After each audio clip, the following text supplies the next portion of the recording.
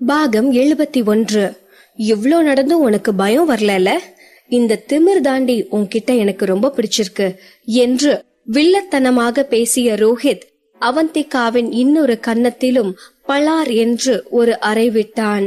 அவன் அடித்த வேகத்தில் அவந்திகாவால் நேராக நிற்க கூட முடியாமல் தள்ளாடினாள். அப்பொழுது கூட அவளை பிடித்து கொண்டிருந்த பாடிகார்ட்ஸும் அவளை விடுவதாக இல்லை. முதல் அறையில் வாயிலிருந்து வழிந்த ரத்தம் கொஞ்சம் உறைந்து போயிருக்க, இப்பொழுது அடுத்ததாக விழுந்த அறையில் மீண்டும் ரத்தம் வழிய ஆரம்பித்தது. இங்க உன் கன்னத்தை காட்டு, 2 கன்னத்திலையும் ஈவனா அடி விழுந்திருக்கான்னு செக் பண்ணணும், இல்லாட்டி இன்னொரு அறை விட்டு அதை ஈவன் பண்ணிடுறேன் என்று ரோஹித் நக்கலாக பேசவும் அவந்திகா பயப்படுவதை விட்டுவிட்டு பலமாக சிரிக்க ஆரம்பித்தாள். என்ன ரோஹித், இவ்ளோ முட்டாளா இருக்க? நான் ஒரு ரிப்போர்ட்டருங்கிறத மறந்துட்டியா? அவ்ளோ சீக்கிரம் நான் உன் சதி வலையில சிக்கிருவேனா என்ன?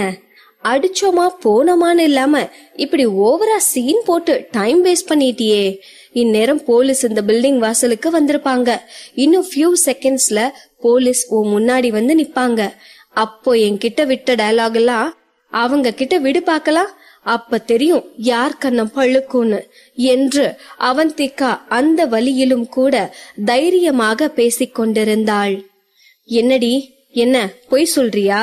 இப்படியெல்லாம் பேசினா நான் பயந்துடுவேனா என்று ரோஹித் சந்தேகமாக பேசவும் அவந்திகா குனிந்து அவள் பேண்ட் பாக்கெட்டில் இருந்த போனை பார்த்தாள். அவந்திகா பார்வையை புரிந்து கொண்ட ரோஹித் அவள் பேண்ட் பாக்கெட்டில் இருந்த போனை எடுத்து பார்த்தான். அதில் போலீசுக்கு கால் போயிருந்தது மட்டுமில்லாமல் இதுவரையிலும் அவர்கள் பேசிக் கொண்டிருப்பதெல்லாம் போலீஸ் கேட்டுக் கொண்டிருப்பதையும் பார்த்தவன் அந்த காலை கட் செய்து விட்டு அவந்திகாவை பார்த்து முறைத்தான். இப்போவாவது நான் சொன்னதெல்லாம் உண்மைன்னு புரியுதா? போலீஸ் வந்து உன்னை உன் மாமியார் வீட்டுக்கு கூட்டிட்டு போய் விருந்து வைப்பாங்க, எப்படி உன் வசதி என்று அவந்திகா நக்கலாக கேட்கவும் ரோஹித்திற்கு ஆத்திரமாக வந்தது. இருந்தாலும் அவன் இப்பொழுது இருக்கும் நிலையில் ஆத்திரப்பட்டு கொண்டிருந்தால் அது அவனுக்குத்தான் வினையாக வந்து முடியும் என்று உணர்ந்தவன் அவந்திகாவின் வாயிலிருந்து வலிந்து கொண்டிருக்கும் இரத்தத்தையும் அவள் கன்னத்தில் பதிந்திருந்த அவன் கை ரேகையையும் பார்த்து இப்போதைக்கு அவந்திகாவிற்கு இந்த தண்டனை போதும் என்று நினைத்து கொண்டவனாய் பாடிகார்டை பார்த்து லெட்ஸ் கோ என்று ஆர்டர் போட்டான். உடனே பாடிகார்ட்ஸ் அவந்திகாவை அவர்களின் பிடியில் இருந்து விட்டு விடவும் அவந்திகா வேகமாக ரோஹித்தின் கையில் இருந்த அவள் போனை பிடுங்கினாள். அவந்திகாவை கோபமாக முறைத்த ரோஹித், இன்னைக்கு வேணும்னா நீ தப்பிச்சிருக்கலாம், ஆனா உன்னை சும்மா விட மாட்டேன்டி. அடுத்த முறை மட்டும் நீ என் கையில மாட்டுன டெவில ஏன் மூலமா நேர்ல பாப்ப என்று கடுப்பாய் கத்தியவன் அங்கிருந்து செல்லவும் அவந்திகாவோ போப்போ, இப்ப மட்டும் நீ என்ன மனுஷ மாதிரியா நடந்துகிட்ட, இதுல அடுத்த முறை உன்னை டெவிலா பாக்குறதுக்கு என்று காட்டமாக கத்தினாள். ரோஹித் அங்கிருந்து சென்றதும் அவந்திகா திரும்பி அனுவையும் ரேகாவையும் பார்த்தாள். பொதுவாக இப்படி ஒரு சூழல் வேறு ஆபீஸில் ஏற்பட்டிருந்தால் முதல் வேலையாக அங்கு இருக்கும் சீஃப் எடிட்டர் சம்பந்தப்பட்ட நபருக்கு கால் செய்து அந்த மோசமான சூழ்நிலையை விளக்கி எக்காரணத்தை கொண்டும் இப்பொழுது ஆபீஸுக்கு வந்துவிடாதே என்று எச்சரித்திருப்பார். அதுதான் சரியான முறையும் கூட.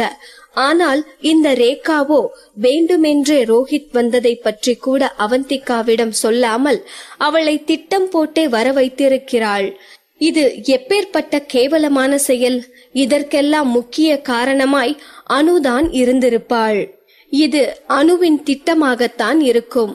ஆனால் இந்த சந்தோஷம் இவர்களோடு கைகோர்த்து கொண்டதுதான் அவந்திகாவிற்கு வியப்பாக இருந்தது. இந்த ஆபீஸையே கட்டி காக்கும் பொறுப்பில் இருப்பவன் இப்படி கேடு கட்ட செயலுக்கு உடந்தையாக நிற்கிறான் என்றால் அவனின் தராதரம் என்னவென்று இதிலிருந்தே பச்சையாக தெரிகிறதே. அவந்திகா ஆத்திரத்தோடு அவர்களை முறைத்து பார்த்தாள். உங்களை எல்லாம் சும்மா விட மாட்டேன். நீங்க பண்ண இந்த துரோகத்துக்கு பதிலடி கொடுக்கலனா என் பேரு அவந்திகாவே இல்ல என்று மனதிற்குள் சொல்லிக் கொண்டவள் கண்கள் கோபத்தில் சிவந்திருந்தது. அவந்திகா இந்த அளவுக்கு ஆத்திரத்தோடு முறைத்து கொண்டிருப்பதை பார்த்த அனுவிற்கோ உள்ளுக்குள் கொஞ்சம் உதறலாகத்தான் இருந்தது. என்ன அவந்திகா, எதுக்கு எங்களை இப்படி முறைச்சு பாக்குற? நாங்க என்ன பண்ணோம்? உன்னோட முட்டாள்தனத்தாலதான் உனக்கு இப்படி ஒரு நிலைமை வந்துச்சு. ஆனா என்னவோ இதையெல்லாம் நாங்க திட்டம் போட்டு பண்ண மாதிரி எங்களை முறைக்கிறியே. ரோஹித் ஆபீஸ்க்கு வந்ததுக்கு ரீசனே நீதான், நாங்க இல்ல என்று அனு அவர்களின் மீது எந்த தவறும் இல்லை என்பது போல பாசாங்கு செய்து கொண்டிருக்கவும் அவந்திகாவின் ஆத்திரம் மேலும் பல மடங்கு அதிகமானது. அவந்திகா கோபமாக ஏதோ பேச வர அதற்குள் சந்தோஷ் அவந்திகாவின் அருகில் வந்து பேச ஆரம்பித்தான். அனு, அமைதியாரு. எப்படி இருந்தாலும் இப்படி ஒரு சம்பவம் நம்ம ஆபீஸ்க்குள்ள வச்சுதான் நடந்திருக்கு.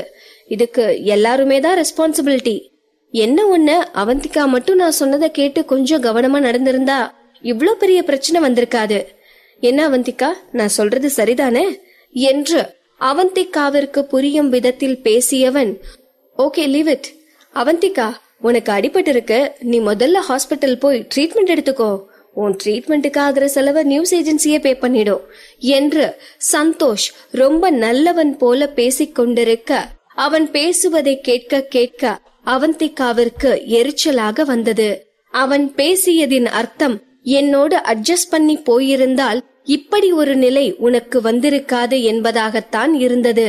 அவந்திகா அவனோடு அட்ஜஸ்ட் பண்ணி போகவில்லை என்பதால்தான் இப்படி ஒரு காரியத்திற்கு சந்தோஷும் உடந்தையாக இருந்திருக்கிறான் என்பதை புரிந்து கொண்ட அவந்திகாவிற்கு வெறுமனே அங்கிருந்து கிளம்ப மனம் வரவில்லை. சந்தோஷை 4 வார்த்தை நன்றாக கேட்க வேண்டும் என்று அவந்திகாவின் உதடுகள் துடித்தது. இருந்தாலும் அந்த சூழ்நிலையை மனதில் கொண்டு கொஞ்சம் பாலிஷ்டாக பேச ஆரம்பித்தாள் அவந்திகா. சார், இங்க நடந்ததெல்லாம் பாத்தீங்க தானே? நான் நம்ம நியூஸ் ஏஜென்சிக்காக தானே அவன் நியூஸ் பப்ளிஷ் பண்ணேன். ஆனா அவன் நம்ம நியூஸ் ஏஜென்சிக்குள்ள புகுந்து உங்க எல்லார் முன்னாடியும் வச்சே என்ன பிசிக்கலா அட்டாக் பண்ணிட்டு போறான். ஆனா அவனை யாரும் எந்த கேள்வியும் கேட்காம எல்லாரும் வாய மூடிட்டு வேடிக்கை பார்த்துட்டு இருக்கீங்க. இப்படி எங்க பாதுகாப்புக்கே இங்க கேரண்டி இல்லனா எங்களால எப்படி சார் தொடர்ந்து இங்க வேலை பார்க்க முடியும்? எந்த நம்பிக்கையில நாங்க நியூஸ் பப்ளிஷ் பண்றது? ரிப்போர்ட்டர்ஸ் ஒர்க் ஏற்கனவே கிரிட்டிக்கலா தான் இருக்கு. ஒவ்வொரு நியூஸையும் கலெக்ட் பண்றதுக்குள்ள எங்க உயிரை கொடுத்து ரிஸ்க் எடுத்து நாங்க வேலை பார்க்க வேண்டியதா இருக்கு. ஆனா நியூஸ் பப்ளிஷ் பண்ண பிறகும் கூட இப்படி நியூஸ் ஏஜென்சிக்குள்ளேயே வந்து பிசிக்கலா அட்டாக் பண்ணா எங்களுக்கு எங்கதான் சார் பாதுகாப்பு கிடைக்கும்? எந்த தைரியத்துல நாங்க அடுத்த நியூஸ் பப்ளிஷ் பண்ண முடியும்? இங்க வேலை செய்யறவங்களோட பாதுகாப்பு பத்தி நியூஸ் ஏஜென்சிக்கு அக்கறை இல்லையா? திரும்ப இப்படி ஒரு விஷயம் இந்த ஆபீஸ்ல நடந்ததுன்னா அதுக்கப்புறம் நான் சும்மா இருக்க மாட்டேன் சார் என்று அவளை சுற்றி நின்று கொண்டிருந்த கலீகிற்கும் சேர்த்து அவந்திகா பேசிக் கொண்டிருந்தாள். அங்கு நின்று கொண்டிருந்த மற்ற ரிப்போர்ட்டர்ஸ் முகமோ பேய் அறைந்ததை போல் பீதியில் உறைந்திருந்தது. அங்கு நடந்து முடிந்த விஷயத்தை பார்த்ததும் கூட அங்கு நடந்ததெல்லாம் உண்மைதானா என்பது போல் அவர்கள் பயத்தில் உறைந்து போய் நின்று கொண்டிருந்தனர். அவந்திகா பேசிய பேச்சில் அவர்கள் மனதிலும் அவந்திகா கேட்ட கேள்வி சரிதான் என்று தோன்றியது. இன்று அவந்திகாவிற்கு ஏற்பட்ட நிலைதானே நாளை அவர்களுக்கும் ஏற்படும். ஆபீஸுக்குள்ளேயே புகுந்து இத்தனை பேர் முன்னிலையில் ரிப்போர்ட்டரை காயப்படுத்தலாம் என்னும் தைரியம் அவனுக்கு ஏற்பட்டிருக்கிறது என்றால் அவர்களுக்கு அங்கு பாதுகாப்பு இல்லை என்றுதானே அர்த்தம். இருந்தாலும் அவர்களுக்கு அந்த சூழ்நிலையில் எதையும் பேசக்கூட தைரியம் இருக்கவில்லை. அத்தனை பேரும் வாயை மூடிக்கொண்டு பேசாத பொம்மைகளாய் நின்று கொண்டிருந்தனர். அங்கிருந்தவர்கள் முகத்தை பார்த்த அவந்திகா அதற்கு மேல் எதுவும் பேச விரும்பாதவளாய் அங்கிருந்து கிளம்பி போனாள். சந்தோஷிற்கோ இத்தனை பேர் முன்னிலையில் அவந்திகா தன்னை பார்த்து இப்படி கேள்வி கேட்டு விட்டாளே என்று கோபமாக இருந்தது. அங்கு வேடிக்கை பார்த்து கொண்டு நின்று கொண்டிருந்த ஸ்டாஃப்ஸை பார்த்தவன், alright, get back to your work என்று கூறிவிட்டு அவன் அறைக்கு சென்றான். எல்லாரும் அவரவர் சீட்டிற்கு சென்ற பிறகு அனு நைஸாக சீஃப் எடிட்டரின் அறைக்கு சென்றாள். அனுவை பார்த்ததும் ரேகாவோ வெற்றி புன்னகை வீசினாள். என்னன்னு இப்ப சந்தோஷமா? ஆமா, நடந்ததெல்லாம் ரெக்கார்ட் பண்ணிட்ட தானே என்று ரேகா கேட்கவும் முகம் முழுக்க சந்தோஷ தாண்டவம் ஆட ஆம் என்று தலையசைத்தாள் அனு. ரெக்கார்ட் பண்ணிட்டேன் ஆன்ட்டி. இந்த நியூஸ மட்டும் நான் பப்ளிஷ் பண்ணா அவந்திகா பப்ளிஷ் பண்ண நியூஸை விட இதுதான் ஹிட் அடிக்கும். நியூஸ் ஏஜென்சிக்குள்ள புகுந்து ரிப்போர்ட்டரையே தாக்குறது என்ன சாதாரண விஷயமா? டாப் நியூஸ்ல இதுதான் ஆன்ட்டி நிக்க போகுது என்று அனு உற்சாகமாக சிரிக்கவும் ரேகாவும் அனுவோடு சேர்ந்து சிரிக்க ஆரம்பித்தாள். அவந்திகாவோ அனுவின் பிளானை அறியாதவளாய் சோர்வாக நியூஸ் ஏஜென்சியிலிருந்து வெளியேறியிருந்தாள்.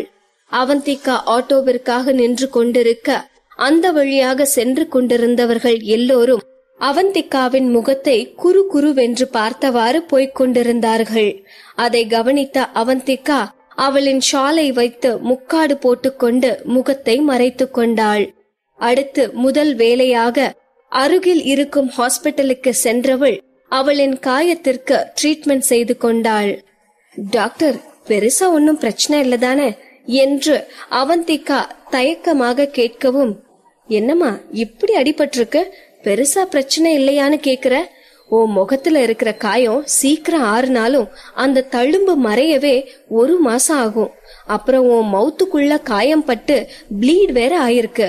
இன்னும் 2-3 நாளைக்கு கூலிங்கான ஃபுட்டையே எடுத்துக்கோ. காரமாவோ சூடாவோ சாப்பிடாத. நான் கொடுக்கிற மெடிசனை கரெக்டா ஃபாலோ பண்ண என்று டாக்டர் பிரிஸ்கிரிப்ஷனை கொடுத்தார். டாக்டர் கொடுத்த பிரிஸ்கிரிப்ஷனை வாங்கியவளுக்கு அவளின் இந்த நிலைக்கு காரணமானவர்களை பழி தீர்க்க சில ஐடியாக்கள் தோன்றியது.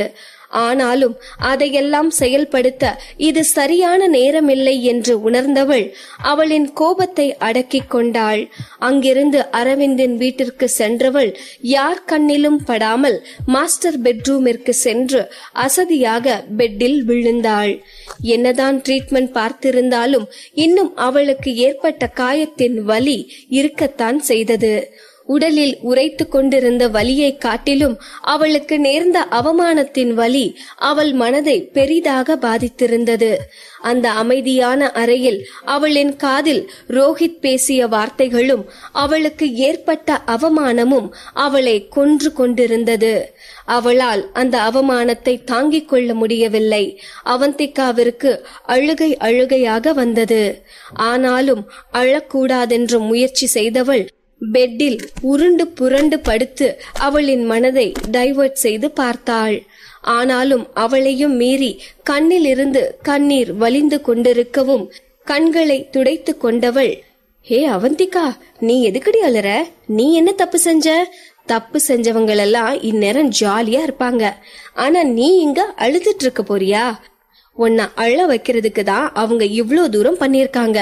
அவங்க எதுக்கு ஆசைப்பட்டாங்களோ அதையே செஞ்சு நீ தோத்து போக போறியா என்று அவந்திகா தனக்கு தானே பேசி அவளை தைரியப்படுத்திக் கொள்ள முயற்சி செய்து கொண்டிருந்தாள்.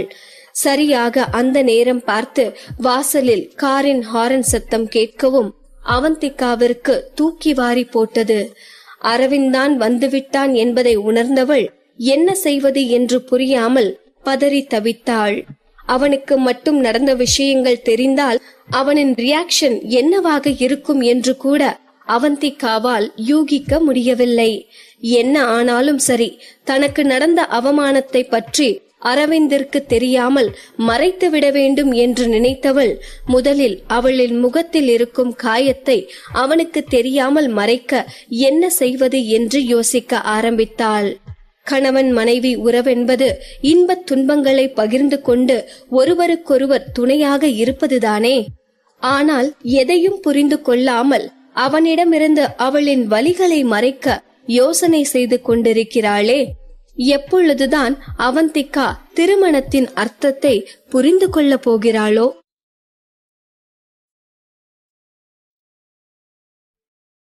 பாகம் 72. அரவிந்தின் கார் வாசலில் வந்து நிற்கும் சத்தத்தை கேட்ட அவந்திகாவிற்கு தூக்கி வாரி போட்டது. கிட்டத்தட்ட 1 வாரமாக வீட்டு பக்கமே வராத அரவிந்த் சரியாக இன்றைக்கு பார்த்து, அதுவும் இப்படி டே டைமில் வந்திருப்பது அவந்திகா கொஞ்சம் கூட எதிர்பார்க்காத விஷயம்தான். அவந்திகா முகத்தில் காயத்தோடு இப்படி ஒரு கோலத்தில் இருப்பதை அரவிந்த் பார்த்தால் என்ன நடக்கும் என்று அவந்திகாவால் யூகிக்க கூட முடியவில்லை. பதறி எழுந்தவள் வேகமாக ஜன்னல் வழியாக வாசலை பார்த்தாள். அரவிந்த் காரில் இருந்து இறங்கி வீட்டிற்குள் தான் வந்து கொண்டிருந்தான். அதை பார்த்தவளோ வேகமாக கண்ணாடியில் அவளின் முகத்தை பார்த்தாள். அரவிந்த் எதர்ச்சையாக ஒரு வினாடி அவளின் முகத்தை பார்த்தால் கூட அவளின் முகத்தில் ஏற்பட்டிருக்கும் காயத்தை அவனால் கண்டு கொள்ள முடியும் என்பதை உணர்ந்தவள் எப்படி அவனிடமிருந்து தன் முகத்தை மறைப்பது என்று யோசிக்க ஆரம்பித்தாள். அரவிந்திற்கோ ஒரு வாரமாக அவந்திகாவை பார்க்காமல் வெளியில் தங்கிய பிறகுதான் அவனுக்குள் பொங்கிக் கொண்டிருந்த ஆத்திரம் தணிந்திருந்தது. ஆனாலும் அரவிந்த் இப்பொழுது கூட அவந்திகாவை பார்க்கும் மனநிலையில் இருக்கவில்லை. இருந்தாலும் அவனுக்கு தேவைப்படும் டாக்குமெண்ட் வீட்டில் இருப்பதால் வேறு வழி இல்லாமல் அதை எடுக்கத்தான் அரவிந்த் வீட்டிற்கு வரவேண்டியதாய் போய்விட்டது. எப்படியும் இந்நேரத்தில் அவந்திகா வீட்டில் இருக்க மாட்டாள், அவளை பார்க்கும் சூழ்நிலை ஏற்பட போவதில்லை என்று நினைத்துதான் அரவிந்த் வீட்டிற்கு வந்திருந்தான். வீட்டிற்குள் நுழைந்தவன் ஷூவை கலட்டிக் கொண்டிருக்க அப்பொழுதுதான் அங்கு விடப்பட்டிருந்த அவந்திகாவின் ஸ்லிப்பர்ஸ் அவன் கண்ணில் பட்டது. அவந்திகா வீட்லதான் இருக்காளா? ஆனா கார் சத்தம் கேட்டு கூட அவ ஏன் இன்னும் கீழே வரல என்று தனக்குள்ளேயே கேள்வி கேட்டுக் கொண்டவன், ஒருவேளை அன்னைக்கு நான் கோபப்பட்டதால பயந்து போயிருப்பாளோ என்று பதிலும் கூறிக்கொண்டான். வேண்டுமென்றே ஸ்டடி ரூமுக்கு சென்றவன் அங்கு கொஞ்ச நேரம் அமர்ந்திருந்து அவந்திகா அவனை பார்க்க வருகிறாளா என்று நோட்டம் விட்டு கொண்டிருந்தான். ஆனால் அதுவரையிலும் அவந்திகா அவனை பார்க்க வரவே இல்லை. இவ்ளோ நேரம் ஆச்சு, நான் வீட்லதான் இருக்கேன்னு கூடவா அவளுக்கு தெரியல? இல்ல தெரிஞ்சும் என்ன பார்க்க விருப்பம் இல்லாம இருக்காளா என்று எரிச்சல் பட்டு கொண்டவன் அதற்கு மேலும் பொறுக்க முடியாமல் அவன் எதற்காக வந்தானோ அந்த டாக்குமெண்டை எடுத்துக்கொண்டு அங்கிருந்து செல்ல முடிவெடுத்தான். மாஸ்டர் பெட்ரூம் வழியாக சென்றவன் கால்களோ அனிச்சையாக நின்றது. இது ஏ ரூம் தானே, எப்ப வேணாலும் ஏ ரூம்குள்ள நான் போகலாம், அப்புறம் எதுக்கு நான் இப்படி ரூம்க்கு வெளியில நின்னுட்டு யோசிச்சுட்டு இருக்கணும் என்று நினைத்தவன் உடனே ரூமை திறந்து கொண்டு உள்ளே சென்றான். ஆனால் அங்கு அவந்திகா இருக்கவில்லை. ரூமை ஆராய்ச்சி பார்வை பார்த்தவன், ஒரு வாரம் நான் வரலன்னதும் ரூமை எப்படி வச்சிருக்கா பாரு, எல்லாம் டர்ட்டியா இருக்கு என்று உதட்டை சுளித்தான். ஆனால் உண்மையிலேயே ரூம் கிளீனாகத்தான் இருந்தது. ஏதோ 1-2 பொருட்கள் தான் அங்கேயும் இங்கேயுமாக கிடந்தது. அதற்கே அரவிந்த் ரூம் டர்ட்டியாக இருக்கிறது என்று எரிச்சல் பட்டு கொண்டான். கடைசியாக பாத்ரூமில் இருந்து சத்தம் வருவதை கவனித்தவன் பாத்ரூம் கதவை திறக்க முயற்சி செய்த போது பாத்ரூம் கதவு லாக் ஆகி இருந்தது. பாத்ரூமிற்குள் இருந்த அவந்திகாவோ, அரவிந்த் சார் கொஞ்ச நேரம் ஆகும் என்று குரல் கொடுத்தாள். அரவிந்தோ எதுவும் பதில் பேசாமல் அமைதியாக சோஃபாவில் போய் உட்கார்ந்து கொண்டான். கிட்டத்தட்ட 10 நிமிடங்கள் ஆகிவிட்டது. அப்பொழுது கூட அவந்திகா பாத்ரூமில் இருந்து வந்திருக்கவில்லை.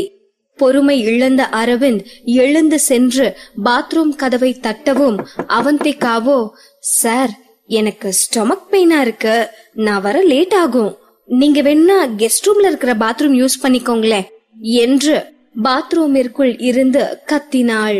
அரவிந்த் பாத்ரூம் போவதற்காகவா இவ்வளவு நேரம் காத்திருந்தான்? அவனின் நோக்கம் அவந்திகாவை பார்ப்பதுதானே. ஒரு வாரமாக அவளை பார்க்காமல் இருந்து விட்டான். ஆனால் இவ்வளவு தூரம் அவளுக்கு அருகில் வந்த பிறகும் கூட அவளை பார்க்காமல் போக அவனுக்கு மனம் வரவில்லை. அதனால்தான் அவளை பார்த்துவிட்டு போகலாம் என்று காத்திருந்தான். ஆனால் அவந்திகாவோ இதெல்லாம் புரியாமல் அல்லவா பேசிக் கொண்டிருக்கிறாள். அவந்திகா பாத்ரூமில் இருந்து அப்படி கத்தவும் அரவிந்தோ அவளை பார்க்க முடியவில்லை என்னும் கடுப்பில், நான் கிளம்புறேன் என்று எரிச்சலோடு கூறினான். அதை கேட்டதும் அவந்திகா, கிளம்புறீங்களா? குட் குட், கிளம்புங்க சார் என்று வேகமாக பதில் அளிக்கவும் அரவிந்திற்கோ எரிச்சலாக இருந்தது. நான் கிளம்புறேன்னு சொல்றேன், அப்பையும் கிளம்புங்கன்னு சொல்றாளே, நான் இங்க இருந்து போறதுல அவளுக்கு அவ்வளவு சந்தோஷமா என்று தனக்குள்ளேயே கோபமாக கேட்டுக்கொண்டான். அதற்கு மேல் அவளிடம் என்ன பேச்சு வேண்டி இருக்கிறது என்று வேகமாக கதவை பளார் என்று அடித்து சாத்திவிட்டு ஹாலுக்கு சென்ற பிறகுதான் அரவிந்திற்கு ஒன்று நினைவுக்கு வந்தது. அதற்கு மேல் அவளிடம் என்ன பேச்சு வேண்டியிருக்கிறது என்று வேகமாக கதவை பளார் என்று அடித்து சாத்திவிட்டு ஹாலுக்கு சென்ற பிறகுதான் அரவிந்திற்கு ஒன்று நினைவுக்கு வந்தது. அவந்திகாவின் குரல் பலவீனமாக இருந்ததை உணர்ந்தவன் ஒருவேளை மீண்டும் அவளுக்கு சிவியர் வயிற்றுவலி வந்துவிட்டதோ என்று நினைத்து வேகமாக மாஸ்டர் பெட்ரூமிற்கு ஓடினான். பதட்டமாக பெட்ரூம் டோரை ஓபன் செய்து பார்த்தவன் அவந்திகா டிரெஸ்ஸிங் டேபிளின் முன் நின்று கொண்டு என்னவோ செய்து கொண்டிருப்பதை கவனித்ததும் குழம்பி போனான். சரியாக அதே நேரம் அவந்திகாவும் கதவு திறக்கும் சத்தம் கேட்டு திரும்பி பார்க்க அங்கோ அரவிந்த் நின்று கொண்டிருப்பதை கவனித்தவள் டக்கென்று வயிற்றை பிடித்துக் கொண்டு குனிந்து நின்று கொண்டாள். அவந்திகாவின் முகத்தில் ஏதோ பச்சை கலரில் பூசியிருப்பதை கவனித்த அரவிந்த், என்ன பண்ணிட்டு இருக்க என்று புருவத்தை சுருக்கிக் கொண்டு சந்தேகமாக கேட்டான். அவந்திகாவோ ஃபேஸ் மாஸ்க் போட்டுட்டு இருக்கேன் சார் என்று பதில் கூறவும் அரவிந்த் முகம் மேலும் எரிச்சலை காட்டியது. இது ஃபேஸ் மாஸ்க்னு எனக்கு தெரியாதா? ஸ்டொமக் பெயின்னு சொன்ன, இப்போ ஃபேஸ் மாஸ்க் போட்டுட்டு இருக்க என்று அரவிந்த் விடாப்பிடியாக கேட்கவும் அவனை எப்படியாவது சமாளித்து ஆக வேண்டுமே என்று யோசித்தவள், அது சார், இப்படி ஸ்டொமக் பெயினா இருக்கும்போது ஃபேஸ் மாஸ்க் போட்டா கொஞ்சம் மைண்ட் டைவர்ட் ஆகும், அதுக்கு தான் ஃபேஸ் மாஸ்க் போட்டேன் என்று சமாளித்தாள். ஆனாலும் கூட அரவிந்த் அவந்திகா சொல்வதையெல்லாம் நம்புவதாக தெரியவில்லை. அரவிந்த் சந்தேக பார்வையோடு அவந்திகாவை உற்று பார்த்து கொண்டிருந்தான். அவந்திகாவிற்கோ அரவிந்தை எப்படி சமாளிப்பது என்று புரியாமல், சார் வேணும்னா நீங்களும் ட்ரை பண்றீங்களா என்று கிறுக்குத்தனமாக கேட்டு வைத்தாள். அவந்திகாவின் கிறுக்குத்தனத்தை உணர்ந்தவன் அதற்கு மேலும் அவளை திட்டிக் கொண்டிருக்க விருப்பமில்லாமல், முதல்ல உனக்கு ஃபேஸ் மாஸ்க் எப்படி அப்ளை பண்ணணும் தெரியுமா? இப்படி அள்ளி பூசி வச்சிருக்க என்று அவனையும் மீறி அவந்திகா பண்ணி வைத்திருக்கும் கூத்தை பார்த்து மனம் பொறுக்க முடியாமல் கேட்டுவிட்டான். ஆனால் அவந்திகாவால் அவன் கேள்விக்கு என்ன பதில் சொல்ல முடியும்? ஃபேஸ் மாஸ்க் எப்படி அப்ளை செய்ய வேண்டும் என்று அவளுக்கும் தெரியும் தான். ஆனால் அவள் முகத்தில் இருக்கும் காயத்தை மறைக்க இதுதானே சரியான வழியாக இருக்கும். அதனால்தான் இப்படி முகத்தை ஃபேஸ் மாஸ்கால் மூடி வைத்திருக்கிறாள். இதையெல்லாம் அரவிந்திடம் சொல்லிக் கொண்டிருக்க முடியுமா? அதனால் அவந்திகா அவனுக்கு வேறு விதமாக பதில் கூறினாள். அது சார், நான் ஃபேஸ் மாஸ்க் யூஸ் பண்ணி ரொம்ப நாள் ஆச்சு. எனக்கு ஃபேஸ் மாஸ்க் யூஸ் பண்ணணும்னு ஆசையா இருக்கும். ஆனா அதுக்கு சரியான டைம் கிடைச்சதில்ல.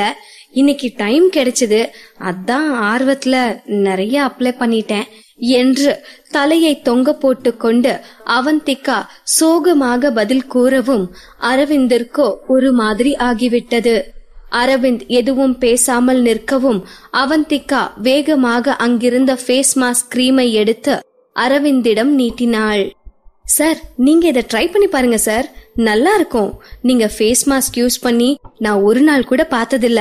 ஆனா மத்த ஆர்டிஸ்ட் எல்லாம் ஃபேஸ் மாஸ்க் யூஸ் பண்றத ரொட்டீன் ஒர்க்கா வச்சிருக்காங்க.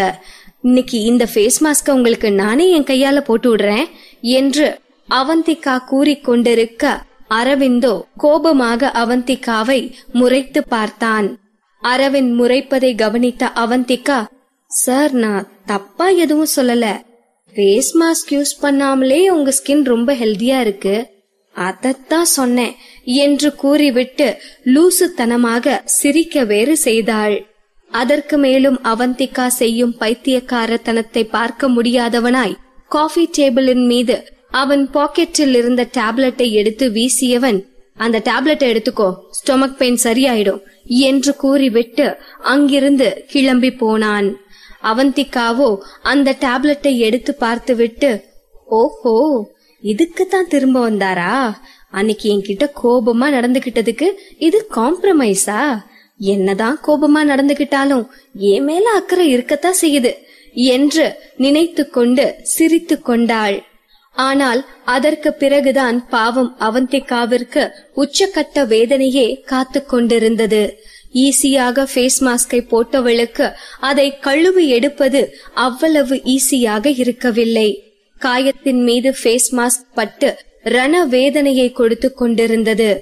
அரவிந்த் வந்துவிட்ட பதற்றத்தில் வேறு வழி இல்லாமல் ஃபேஸ் மாஸ்கை போட்டவளுக்கு அவன் போன பிறகுதான் வலியே உரைத்தது. அரவிந்த், உனக்கு வீட்டுக்கு வர இப்பதான் நேரம் கிடைச்சதா? ஏற்கனவே நொந்து போயிருக்கேன். இதுல நீ வேற வந்து என்னை இவ்ளோ பெரிய வலியில மாட்டி விட்டுட்டியே.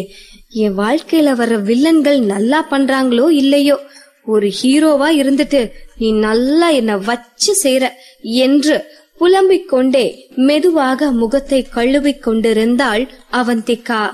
அவந்திகா இப்படி வலியில் துடித்துக் கொண்டிருக்க அரவிந்தோ அவந்திகா பண்ணிய கூத்தை நினைத்து கடுப்பாக காரை ஓட்டிக் கொண்டிருந்தான். அந்த நேரம் பார்த்து சம்பத்திடமிருந்து கால் வரவும் காலை அட்டெண்ட் செய்தவன் சம்பத் கூறியதை கேட்டு ஷாக் ஆனான். சார், நியூஸ் பாத்தீங்களா? இந்த ரோஹித் திமிர் இன்னும் அடங்கல. யாரோ ஒரு ரிப்போர்ட்டரை அடிச்சிருக்கான். இப்போ அந்த நியூஸ் தான் ட்ரெண்டிங்கா போயிட்டு இருக்கு என்று கூறவும் சடன் பிரேக் போட்டு காரை நிறுத்திய அரவிந்த் வேகமாக அந்த நியூஸை எடுத்து பார்த்தான்.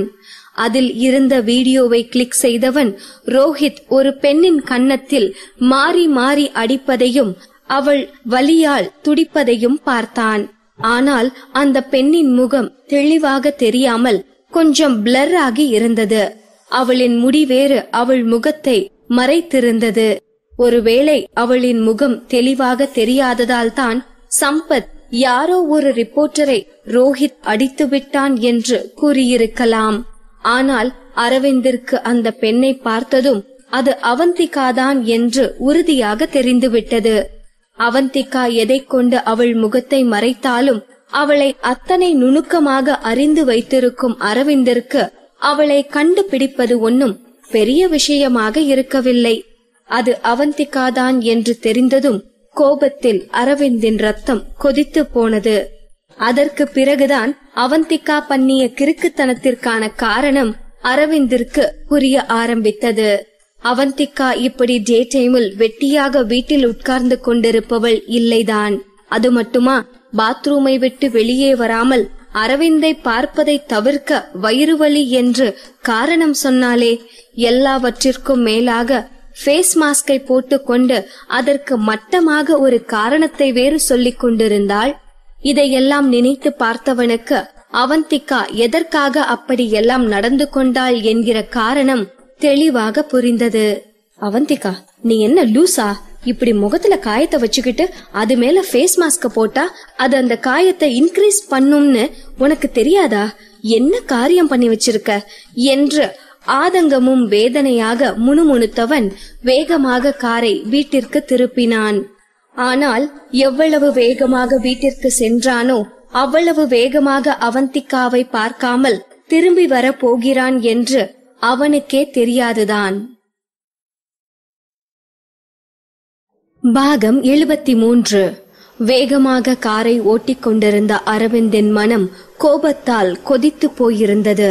இப்பொழுது மட்டும் ரோஹித் அரவிந்தின் கையில் மாட்டினால் அவனுக்கு சாவு நிச்சயம் என்னும் அளவுக்கு அரவிந்த் ரோஹித்தின் மீது கொலை வெறியில் இருந்தான். ஒரு பக்கம் ரோஹித்தின் மீது கோபம் இருந்தாலும் இன்னொரு பக்கமோ அவந்திகாவின் நிலையை நினைத்து அரவிந்தின் மனம் பரிதவித்துக் கொண்டிருந்தது. அவளை உடனே பார்க்க வேண்டும் என்று அவன் மனம் துடியாய் துடித்துக் கொண்டிருந்தது. எவ்வளவு வேகமாக காரை ஓட்ட முடியுமோ அவ்வளவு வேகமாக காரை ஓட்டியவன் வீட்டு வாசலுக்கு வந்ததும் சடன் பிரேக் போட்டு காரை நிறுத்தினான். வேகமாக கார் கதவை திறந்து கொண்டு இறங்க நினைத்தவன் மனம் சடன் பிரேக் போட்டு அவனை தடுத்து நிறுத்தியது. அரவிந்த், இப்போ இவ்ளோ வேகமா எதுக்கு போற? அவந்திகாவை பாக்குறதுக்கா? பார்த்து என்ன பண்ண போற? இவ்ளோ நடந்தும் கூட அவந்திகா உன்கிட்ட எதையும் சொல்ல விரும்பலையே. அதுக்கு காரணம் என்னன்னு தெரியுமா? நீதான், நீ மட்டும்தான் அதுக்கு காரணம். அவளால எந்த பிரச்சனையும் உனக்கு வரக்கூடாதுன்னு அவளை நீ மிரட்டி வச்சிருக்கியே, அதுதான் காரணம். அவ இந்த அளவுக்கு ரிஸ்க் எடுத்து ரோஹித் நியூஸ பப்ளிஷ் பண்ண காரணம் யாருன்னு தெரியுமா? அதுவும் நீதான். உனக்காகத்தான் அவ இந்த நியூஸ பப்ளிஷ் பண்ணா. இன்னைக்கு ஒன்னாலதான் இவ்ளோ பெரிய பிரச்சனையில மாட்டிட்டு இருக்கா. இப்படி அடி வாங்கி வேதனையில இருக்கும்போது கூட உனக்கு இந்த விஷயம் தெரிஞ்சிடக் கூடாதுன்னு தான் ஃபேஸ் மாஸ்க் போட்டு அவ முகத்தை மறைச்சிருக்கா. என்னதான் அவ ஃபேஸ் மாஸ்க் போட்டு அவ முகத்தை மறைச்சாலும் அவ கண்ணுல தெரிஞ்ச வலிய உன்னால புரிஞ்சுக்க முடியலையா? இப்படிப்பட்ட சிச்சுவேஷன்லயும் அவ பிரச்சனைய பத்தி உன்கிட்ட ஷேர் பண்ண முடியாத நிலைய நீதான் அவளுக்கு கொடுத்திருக்க. அவ வலிய உன்கிட்ட சொல்ற அளவுக்கு கூட அவளுக்கு உன் மேல நம்பிக்கை இல்ல. இப்படிப்பட்ட சூழ்நிலையில நீ திரும்ப வீட்டுக்குள்ள போனா அவ என்ன செய்வான்னு நினைக்கிற? திரும்ப அந்த ஃபேஸ் மாஸ்க முகத்துல போட்டுப்பா, அவ்வளவுதான்.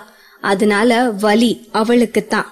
அவ திரும்ப திரும்ப வேதனைப்படுறதுதான் உனக்கு வேணுமா என்று அரவிந்தின் மனசாட்சி கேள்வி கேட்டு அவனை மேலும் நோகடிக்கவும் காரில் இருந்து இறங்காமல் கண்கள் கலங்க சீட்டில் சாய்ந்தான். 8 வருடங்களுக்கு முன்பு அவந்திகா பேசியது அரவிந்தின் காதில் ஒலிக்க ஆரம்பித்தது. அரவிந்தும் அவந்திகாவும் கேம் விளையாடிக் கொண்டிருக்க அவந்திகாவோ அந்த கேமில் இருந்த டெவிலோடு சண்டை போட்டு அந்த டெவிலால் கொல்லப்பட்டாள். ஆனாலும் அடுத்த லைஃப் லைன் எடுத்துக்கொண்டு வந்ததுமே மறுபடியும் அந்த டெவிலோடு சண்டை போட்டு அகைன் இறந்து போனாள். இப்படியாக 4 முறை அந்த டெவிலால் அவள் கொல்லப்பட்ட பிறகு அவளின் லைஃப் லைன் முடிந்துவிட வேறு வழி இல்லாததால், ராஜன் அந்த டெவில விட்டுடாத, எனக்காக அந்த டெவில நீதான் கொல்லணும் என்று அரவிந்திடம் ஆவேசமாக கூறினாள். ஆனால் அரவிந்தோ ரொம்ப கூலாக, அந்த டெவில் பவர் தெரிஞ்சும் அங்கிருந்து ஓடாம எதுக்கு அதோட சண்டை போட்டுட்டு இருக்க?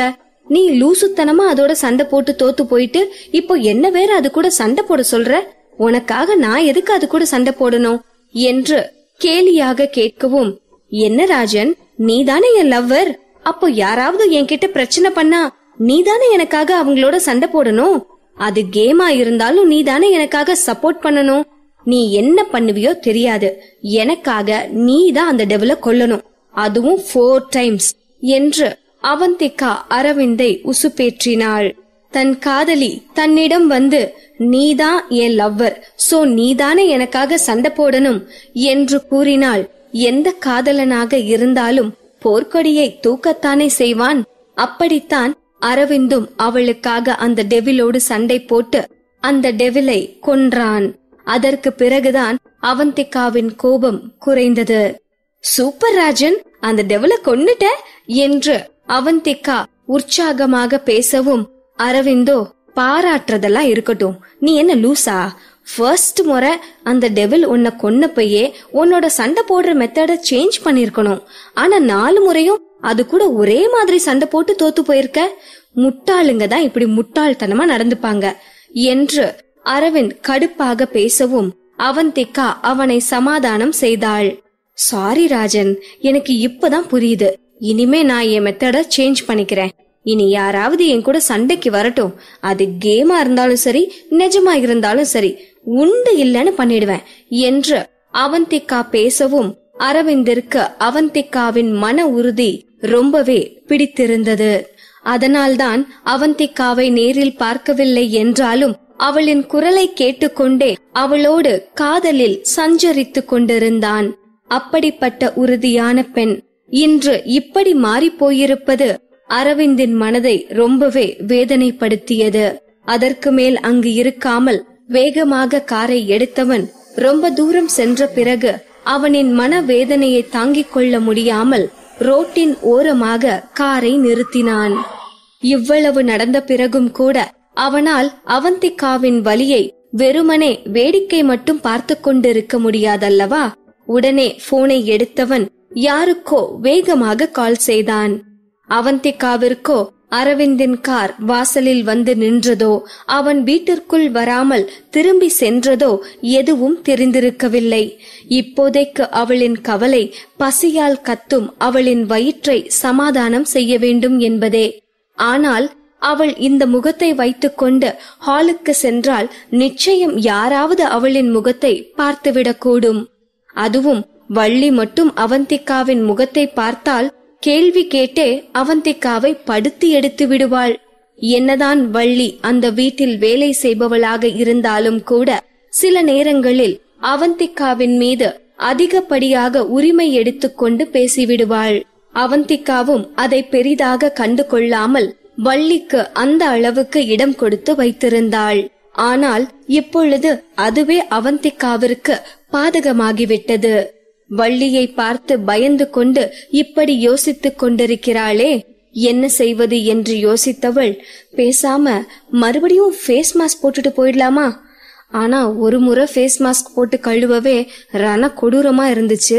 இதுல மறுபடியும் ஃபேஸ் பேக் போட்டா அத கழுவுறதுக்குள்ள செத்தே போயிருவேன் என்று அவந்திகா சினுங்கிக் கொண்டிருக்க அவளின் போனுக்கு நோட்டிபிகேஷன் வந்தது. உடனே போனை எடுத்து பார்த்தவள் அனாமிகாவிடமிருந்து வந்த மெசேஜை படித்தாள். அவந்திகா, ரோஹித் ஒரு ரிப்போர்ட்டரை அடிச்சதா நியூஸ் வந்ததே, அந்த ரிப்போர்ட்டர் நீயா என்று அனாமிகா குரூப்பில் மெசேஜ் செய்திருக்கவும் அவந்திகாவிற்கு தூக்கி வாரி போட்டது. அதற்குள் இவளுக்கு எப்படி இந்த நியூஸ் தெரிந்தது என்று யோசித்த அவந்திகா உடனடியாக நியூஸ் பேஜை ஓபன் செய்து பார்த்தாள். ரோஹித் அவந்திகாவை அடித்த வீடியோ வைரலாகி கொண்டிருப்பதை பார்த்தவளுக்கு இது நிச்சயம் அணு வேலையாகத்தான் இருக்கும் என்பது புரிந்தது. இந்த வீடியோவை பப்ளிஷ் செய்ததன் மூலம் அணுவிற்கு என்ன கிடைத்துவிட போகிறது? எதுக்கு இந்த அணு இந்த அளவுக்கு குரூரமாக நடந்து கொள்கிறாள் என்று அவந்திகாவிற்கு எரிச்சலாக வந்தது. அனாமிகா மெசேஜ் செய்தது நினைவுக்கு வரவும் அவளிடம் எதற்கு பொய் சொல்ல வேண்டும் என்று நினைத்த அவந்திகா எஸ் என்று அந்த மெசேஜ் குரூப்லேயே ரிப்ளை செய்தாள். அதை பார்த்ததும் அந்த மெசேஜ் குரூப்பில் இருந்தவர்கள் அடுத்தடுத்து அவந்திகாவிற்கு ஆறுதலாக மெசேஜ் செய்ய ஆரம்பித்தனர். அந்த மெசேஜ் எல்லாம் படித்து முடிப்பதற்குள் அறை கதவு தட்டப்படவும் அவந்திகாவிற்கு தூக்கி வாரி போட்டது. பதட்டத்தில் போனை பெட்டில் போட்டுவிட்டு கதவையே பார்த்து கொண்டிருந்தாள். ஒருவேளை அரவிந்த் திரும்ப வந்திருப்பாரோ, யாரா இருக்கும் என்று அவந்திகா பீதியில் அமர்ந்திருக்க மரியாவின் குரல் கேட்கவும் தான் அவந்திகா கொஞ்சம் ரிலாக்ஸ் ஆனாள். மேடம், பெரிய மேடம் வீட்ல கொஞ்சம் கிளீனிங் வேலை எல்லாம் இருக்கு, அதான் இங்க இருக்கிற சர்வன்ஸ கூட்டிட்டு போகலாம்னு வந்தேன். உங்களுக்கு லஞ்ச் ரெடி பண்ணி வச்சாச்சு, உங்களுக்கு ஒன்னும் பிரச்சனை இல்லனா நான் அவங்கள கூட்டிட்டு போகட்டுமா என்று மரியா தயக்கத்தோடு கேட்கவும் அவந்திகாவிற்கு அப்பாடா என்று இருந்தது. ஒன்னும் பிரச்சனை இல்ல, நீங்க அவங்கள கூட்டிட்டு போங்க என்று அவந்திகா உடனடியாக பதிலளித்தாள். மேடம், அப்புறம் இன்னொரு விஷயம், ஹால்ல இருக்கிற காஃபி டேபிள் மேல ஒரு மருந்து வச்சிருக்கேன். நம்ம சர்வன்ஸ்ல ஒரு பொண்ணுக்கு அடிபட்டுருச்சு, அவ காயத்துக்கு போடதான் சார்கிட்ட இருந்து அந்த மருந்து வாங்கினேன். அது ரொம்ப எக்ஸ்பென்சிவான மருந்து, அத தூக்கி போட்டுறாதீங்க மேடம், அது அங்கேயே இருக்கட்டும், நான் அப்புறமா வந்து எடுத்து வச்சிடுறேன் என்று மரியா ரெக்வெஸ்ட் செய்துவிட்டு அங்கிருந்து கிளம்பினாள். ஆனால் அது தேவையில்லாத இன்ஃபர்மேஷனாகத்தானே அவந்திகாவிற்கு தெரிந்தது. இருந்தாலும் அவந்திகா அதை பெரிதாக கண்டு கொள்ளவில்லை. அடுத்த கொஞ்ச நேரத்தில் அந்த வீட்டில் இருந்த சர்வன்ட்ஸ் எல்லோரும் அங்கிருந்து கிளம்பியிருந்தனர். அவர்கள் எல்லோரும் அங்கிருந்து கிளம்பிவிட்டதை உறுதி செய்து கொண்ட அவந்திகா மெதுவாக ஹாலுக்கு வந்தாள். சோஃபாவில் அமர்ந்தவள் டீபாயில் இருந்த மெடிசின் பாக்ஸை எடுத்து பார்த்தாள். அதில் இருந்த மருந்தை பார்த்தவளுக்கு சடனாக அந்த மருந்தைத்தான் அவளுக்கு டாக்டர் பிரிஸ்கிரைப் செய்திருந்தது நினைவுக்கு வந்தது. ஆனால் அதன் விலை அதிகமாக இருந்ததால் அந்த ஆயின்மெண்டை மட்டும் விட்டுவிட்டு மத்த மெடிசனை வாங்கிக் கொண்டாள். ஆனால் இப்பொழுதோ அந்த மருந்து அவள் கையிலேயே இருக்கிறது. அதுவும் அந்த மருந்தை அவந்திகா பயன்படுத்தினால் கூட அதை கேள்வி கேட்க அங்கு யாரும் இருக்கவில்லை. அதற்கு மேல் என்ன, அவந்திகா அந்த ஆயின்மெண்டை போட்டுக்கொண்டாள். ஆனால் அது அவந்திகாவிற்காக அங்கு வைக்கப்பட்டிருந்த மெடிசன் என்பது அவளுக்கு தெரிய வாய்ப்பில்லைதான். இரவு அவந்திகா நன்றாக தூங்கிக் கொண்டிருக்க அரவிந்தோ வீட்டிற்குள் போவதா வேண்டாமா என்று யோசித்துக் கொண்டிருந்தான். கொஞ்ச நேர யோசனைக்கு பிறகு மெதுவாக மாஸ்டர் பெட்ரூமிற்கு சென்றவன் அசந்து தூங்கிக் கொண்டிருக்கும் அவந்திகாவை பார்த்தான். அவளின் அருகில் சென்றவன் அவள் நன்றாக ஆழ்ந்து தூங்கிக் கொண்டிருப்பதை உணர்ந்து அவளின் அடிபட்ட கன்னத்தை வேதனையோடு பார்த்து கொண்டிருந்தான். அவளின் கன்னத்தை தொடப்போன அவன் கைகளோ அவள் காயத்தை பார்த்து பதறி நடுங்கியது. அவளை பார்க்க பார்க்க அரவிந்தின் மனம் வேதனையால் துடித்து போனது. அதற்கு மேல் அங்கு நிற்க முடியாதவனாய் வீட்டிலிருந்து வெளியே வந்து காரில் ஏறினான். போனை எடுத்தவன் சம்பத்துக்கு கால் செய்ய, சம்பத்தோ சில ரிங் போன பிறகுதான் காலை அட்டெண்ட் செய்தான். சார், இந்நேரத்துக்கு கால் பண்றீங்க? இப்போதான் சார் தூங்கவே போனேன். நைட்டாவது என்ன தூங்க விடுங்க சார் என்று சம்பத் தூக்க கலக்கத்தில் எரிச்சலோடு பேசினான். ஆனால் அரவிந்தோ அதையெல்லாம் கண்டு கொள்வதாக இல்லை. சம்பத், நேத்து ஒரு விஷயம் சொன்னியே, ஞாபகம் இருக்கா என்று கேட்கவும் சம்பத்திற்கு கடுப்பானது. சார், மணி 1 ஆகுது. இந்நேரத்துக்கு கால் பண்ணிட்டு என் மெமரிய டெஸ்ட் பண்ணிட்டு இருக்கீங்களா? எதுவா இருந்தாலும் காலையில பேசிக்கலாம் சார், என்னால முடியல என்று சம்பத் போனை வைப்பதிலேயே குறியாக இருக்க, அரவிந்தோ சம்பத்தை விடுவதாக இல்லை. சம்பத், நான் சொல்றத முழுசா கேளு. நேத்து பிரஸ் கான்ஃபரன்ஸ் பத்தி சொன்னேல, அத பத்தி தான் பேசுறேன்.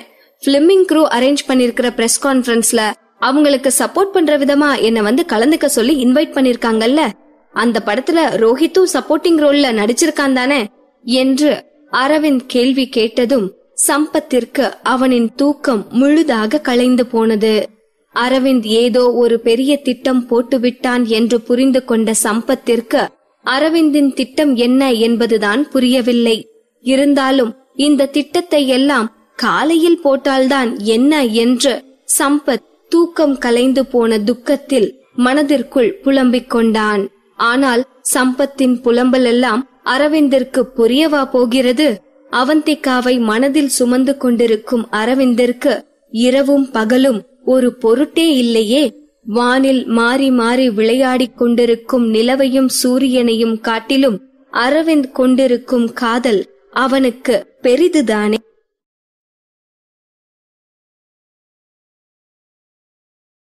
பாகம் 74. ரோஹித்தால் ஏற்பட்ட அவமானத்தையே யோசித்துக் கொண்டிருந்த அவந்திகா ஒரு வழியாக தூங்கி இருக்க, அடுத்த நாள் காலை அலார சத்தம் கேட்ட பிறகுதான் தூக்கத்திலிருந்து எழுந்தாள். முதல் வேளையாக கண்ணாடியின் முன் போய் நின்றவள் அடிப்பட்ட கன்னத்தை மெதுவாக வருடினாள். இன்னும் காயம் முழுதாக ஆறியிருக்கவில்லைதான். ஆனால் நேற்று மரியா விட்டு சென்ற ஆயின்மெண்ட் நல்ல பலனை தந்திருந்தது. ஓரளவுக்கு வலி குறைந்து காயம் ஆறவும் துவங்கியிருந்தது. பின் இருக்காதா என்ன, காஸ்ட்லியான மருந்தாயிற்றே, அதன் பலனும் கொஞ்சம் விரைவாகத்தானே இருக்கும். ஆனாலும் இந்த முகத்தை வைத்துக்கொண்டு ஆபீஸுக்கு செல்வது என்பது சரிப்பட்டு வராது என்று யோசித்தவள் வேறு வழி இல்லாமல் வீட்டிலேயே இருக்க முடிவு செய்தாள். அவந்திகா தீவிரமாக தன் கன்னத்தை ஆராய்ச்சி செய்து கொண்டிருக்க அவளின் போனுக்கு கால் வந்தது. போனை எடுத்து பார்த்தவள் மதுவின் பெயரை பார்த்ததும் காலை எடுக்கலாமா வேண்டாமா என்று யோசனை செய்ய ஆரம்பித்து விட்டாள். ஏற்கனவே அவந்திகா மனதளவில் நொந்து போய் இருக்கிறாள். இதில் மது வேறு நேற்று நடந்த விஷயத்தை பற்றித்தான் பேசுவாள் என்று அவந்திகாவிற்கு நன்றாகவே தெரியுமே. மீண்டும் மீண்டும் நடந்து முடிந்த அவமானத்தை பற்றி பேசிக் கொண்டிருக்க அவந்திகாவிற்கு விருப்பமில்லைதான். இருந்தாலும் மதுவோ விடாப்பிடியாக மறுபடியும் கால் செய்து கொண்டிருக்க வேறு வழி இல்லாமல் அவந்திகா போனை எடுத்து பேசினாள். குட் மார்னிங் மது என்று அவந்திகா பேச்சை ஆரம்பிக்கவும் அந்த பக்கத்தில் இருந்த மதுவோ ஓ என அழ ஆரம்பித்தாள். ஹே லூசு, எதுக்குடி அழற? ஏதாவது பிரச்சனையா? எதுவா இருந்தாலும் முதல்ல அழாம சொல்லு, பாத்துக்கலாம் என்று அவந்திகா படபடப்போடு பேசிக் கொண்டிருக்க மதுவோ அழுவதை நிறுத்துவதாக தெரியவில்லை. இவகிட்ட இப்படி பேசினா வேலைக்கு ஆகாது என்று நினைத்து கொண்ட அவந்திகா, இப்போ நீ அழறத நிறுத்த போறியா இல்ல நான் காலை கட் பண்ணட்டுமா என்று மிரட்டவும் தான் மது அழுவதை நிறுத்திவிட்டு பேச ஆரம்பித்தாள். அவந்திகா, நேத்து என் பாட்டிக்கு உடம்பு சரியில்லைன்னு ஊர்ல இருந்து கால் வந்ததும் அவசரத்துல உன்கிட்ட சொல்லாம கூட பாட்டி ஊருக்கு வந்துட்டேன். இப்போ கூட பாட்டி ஊர்ல தான் இருக்கேன். என்று மது விசும்பிக் கொண்டே கூறவும், அவந்திகாவிற்கோ மதுவின் பாட்டிக்கு ஏதாவது ஆகியிருக்குமோ, அதனால்தான் மது அழுது கொண்டு பேசுகிறாளோ என்று பதற்றமானது. மதுவிற்கு எப்படி சமாதானம் சொல்வதென்று புரியாமல் அவந்திகா தயக்கத்தோடு பேசினாள். என்ன மது, பாட்டி நல்லா தானே இருக்காங்க? இல்ல ஏதாவது தப்பா நடந்துருச்சா? நீ வேற அழறத பார்த்தா எனக்கு தப்பாதான் தோணுது என்று அவந்திகா தடுமாற்றத்தோட கேட்கவும், மதுவோ, அடி போடி, என் பாட்டிக்கு என்ன, நல்ல பாலை குடிச்சிட்டு ஜாலியா தூங்கிக்கிட்டு இருக்கு, அதுக்கா நான் அழுதுட்டு இருக்கேன். நேத்து ரோஹித் உன்னை அடிச்சுட்டானாமே, அத கேட்டதும் என் நெஞ்சு வெடிச்சு போற மாதிரி ஆகிடுச்சு. உடனே உன்னை நேர்ல பாக்கணும்னு தவிப்பா இருக்கு. ஆனா என் சிச்சுவேஷன் என்னால இங்க இருந்து நகர முடியல என்று கூறியவள் மீண்டும் விசும்ப ஆரம்பித்தாள். மது, நீ என்ன லூசா? அடி வாங்கின நானே நல்லா பேசிட்டு இருக்கேன், நீ என்னன்னா இப்படி அழுதுட்டு இருக்க? முதல்ல தண்ணிய குடிச்சிட்டு ரிலாக்ஸ் ஆகு, அப்புறம் பேசலாம் என்று அவந்திகா கண்டிப்பாக கூறவும், மதுவோ, நான் இப்போ வீட்ல இருந்து ரொம்ப தூரம் தள்ளி இருக்கேன்டி, இங்கதான் நெட்வொர்க் கிடைக்குது என்று கூறிவிட்டு மீண்டும் விசும்பலோடே பேச ஆரம்பித்தாள். என்ன அவந்திகா, என்ன ஆச்சு? எதுக்கு அந்த ரோஹித் ஒன்னு அடிச்சான்? அதுவும் ஆபீஸ்க்கு வந்து அடிச்சிருக்கான்னா அங்க யாருமே தடுக்கலையா? எல்லாரும் எங்கதான் போனாங்க? மேனேஜிங் எடிட்டர் சந்தோஷ்க்கு விஷயம் தெரியுமா இல்லையா என்று மது ஆதங்கத்தோடு பேசிக் கொண்டிருக்க அவந்திகாவிற்கு களைப்பாக இருந்தது. நடந்த மொத்த விஷயத்திற்கும் காரணமே சந்தோஷ் தான். அவனுக்கு தெரிந்துதான் எல்லாமே நடந்தது. இதையெல்லாம் இப்பொழுது மதுவுக்கு எப்படி விளக்கமாக கூறுவது என்று அவந்திகாவிற்கு சோர்வாக இருந்தது. என்ன அவந்திகா, ஏதாவது பேசு, இங்க எனக்கு இருக்கிற டென்ஷன்ல நான் என்ன பண்ணுவேன்னு எனக்கே தெரியல, அவ்வளோ டென்ஷனா இருக்கு என்று மது ஆவேசமாக பேசவும் அவந்திகா மதுவை அமைதிப்படுத்தினாள். மது, நாம ஏற்கனவே நினைச்ச மாதிரி தான் நடந்திருக்கு. இது எல்லாமே அனுவோட பிளான். வழக்கம் போல ரேகாவும் அனுவுக்கு சப்போர்ட். ஆனா நாமளே எதிர்பார்க்காத இன்னொன்னு சந்தோஷம் இதுக்கு உடந்தேங்கிறது தான் என்று அவந்திகா பளிச்சென்று உண்மையை போட்டு உடைக்க மதுவிற்கு தூக்கி வாரி போட்டது. என்ன அவந்திகா, என்ன சொல்ற? சந்தோஷாருக்கு இதெல்லாம் தெரிஞ்சுதான் நடந்ததா? என்னால நம்பவே முடியலையே. அவர் ஏன் இதெல்லாம் பண்ணாரு என்று புரியாமல் குழப்பமாக மது கேட்கவும், அவளுக்கு சந்தோஷை பற்றி உண்மையை சொல்ல வேண்டிய நேரம் வந்துவிட்டது என்று அவந்திகாவிற்கு தோன்றியது. காரணம் இருக்கு மது. அந்த சந்தோஷ் என்ன அவனோட ஆசைக்கு இணங்க சொன்னான். நான் முடியாதுன்னு சொல்லிட்டேன். அதுக்கு பழி வாங்கத்தான் இவ்ளோ பெரிய கூத்து நடத்திருக்கான் என்று அவந்திகா சுருக்கமாக சந்தோஷின் முகத்திரையை கிழிக்கவும் மதுவிற்கு மூச்சே நின்றுவிடும் போல் இருந்தது. இதெல்லாம் எப்போ நடந்தது அவந்திகா? ஏன் என்கிட்ட சொல்லல? அவன் இவ்ளோ பெரிய கேடுகட்ட ராஸ்கலா? அவனை போய் நல்லவன் நினைச்சேனே. நம்ம ஆபீஸ்ல இப்படி ஒரு கேவலம் நடந்திருக்குன்னு என்னால நம்பவே முடியலடி என்று மது அதிர்ச்சியில் பேசிக் கொண்டிருக்க பெருமூச்சு விட்டு கொண்டாள் அவந்திகா. மது, எல்லா இடத்துலயும் இப்படி ஒரு கேவலம் நடந்துட்டு தான் இருக்கு. சந்தோஷ் மாதிரி கேடு கெட்ட ராஸ்கல்ஸும் இருந்துட்டு தான் இருக்காங்க. ஆனா அப்படிப்பட்ட ராஸ்கல்ஸ பாதிக்கப்பட்ட பொண்ணுங்களே சமூகத்துக்கு பயந்து காட்டி கொடுக்காம விட்டுறாங்க. அதான் இவனுங்களுக்கு தைரியம் ஜாஸ்தி ஆகிடுச்சு என்று அவந்திகா வெறுப்போடு பேசிக் கொண்டிருக்க மதுவிற்கோ கோபமாக வந்தது. இந்த மாதிரி அசிங்கம் பிடிச்சவனுங்களை எல்லாம் செருப்பால அடிச்சே ஊரை விட்டு துரத்தணும். ஆனா இன்னும் மேனேஜிங் எடிட்டருங்கிற பதவியில வச்சு அழகு பார்த்துட்டு இருக்கோம் என்று மது கோபத்தில் வார்த்தையை விட அவந்திகாவிற்கு மதுவின் பேச்சு குற்ற உணர்வை உண்டாக்கியது. சாரி மது, அவன் என்கிட்ட அப்படி மிஸ்பிஹேவ் பண்ண பிறகும் கூட என்னால அவனை எதிர்த்து கம்ப்ளைண்ட் பண்ண முடியல. அதுக்கு முக்கிய காரணம் என்கிட்ட அவனுக்கு எதிரா ஆதாரம் எதுவும் இல்ல. ஆனா அவனை அப்படியே சும்மா விட்டுற மாட்டேன். அவன் பண்ண பாவத்துக்கான விலைய அவன் கொடுத்துதான் ஆகணும் என்று கூறியவள் கோபத்தில் நரநரவென்று பல்லை கடித்து கொண்டாள். நீ எதுக்கு அவந்திகா சாரி சொல்லணும்? உன் கூட இருந்தும் உனக்கு என்ன நடந்துச்சுன்னு தெரியாம இருந்ததுக்கு நான் தான் சாரி சொல்லணும். உனக்கு இவ்ளோ பெரிய அநியாயம் நடந்திருக்கு, அப்ப கூட நான் உன் பக்கத்துல இல்லாம போயிட்டேனே. நான் மட்டும் அங்க இருந்திருந்தா உன்னை அடிச்சு அந்த ரோஹித் கைய கடிச்சே துப்பியிருப்பேன் என்று மது ஆக்ரோஷமாக பேசவும் அவந்திகாவோ டக்கென்று சிரித்து விட்டாள். அடியே அவந்திகா, எதுக்கு சிரிக்கிற? நான் கடிக்க மாட்டேன்னு நினைச்சியா என்று மது அழுத்தமாக கேட்கவும் அவந்திகாவிற்கு மது பேசியதை கேட்டு சிரிப்புதான் வந்தது. மது, நீ கடிச்சாலும் கடிப்படி, கோபத்தை கொஞ்சம் கண்ட்ரோல் பண்ணு. இப்போ எனக்கு ஒரு பிரச்சனையும் இல்ல, நான் ரொம்பவே நல்லா இருக்கேன். அடி கூட பெருசா படலதான். எல்லாம் சரியாகி நான் நார்மல் மோடுக்கு வந்த பிறகுதான் அந்த ரோஹித்துக்கு இருக்கு. அவனுக்கு மட்டும் இல்ல, அவனோட சேர்ந்து கூட்டு களவாணித்தனம் பண்ண அனு, ரேகா, சந்தோஷ் எல்லாத்துக்குமே பெருசா ஒரு ஆப்பு வைக்கிறேன் என்று அவந்திகா தன் மனதில் இருந்ததை கூறவும் தான் மதுவிற்கு கொஞ்சம் ஆத்திரம் அடங்கியது. ஆமா அவந்திகா, அவங்கள விட்டுறக்கூடாதுடி. நானும் சீக்கிரமே அங்க வந்துருவேன். அப்புறம் சேர்ந்தே அவங்கள உண்டு இல்லன்னு பண்ணலாம். நீ கொஞ்சம் ஜாக்கிரதையா இருடி. உன்னை நேர்ல பாக்குற வரைக்கும் என் மனசு இங்க இருக்காது. உன்னை ஏதான் நினைச்சிட்டு இருப்பேன் என்று மது குரல் தழுக்க கூறவும் அவந்திகாவிற்கு அப்படியே மதுவை அணைத்து கொண்டு அவள் தோளில் சாய்ந்து கொண்டு அழ வேண்டும் போல் இருந்தது. மது, நான் ஜாக்கிரதையாதான் இருக்கேன். நீ பாட்டிய பத்திரமா பாத்துக்கோ. இத நினைச்சு டென்ஷன் ஆகி அங்க உன் கோபத்தை காட்டிட்டு இருக்காத என்று அவந்திகா மதுவை முழுதாக புரிந்து கொண்டவளாக கூறவும் மதுவோ கடுப்பாக உச்சி கொட்டினாள். நீ வேறடி, என் அப்பாவோட தாய் கிழவி இருக்கே, சரியான டிராமா குயின்டி.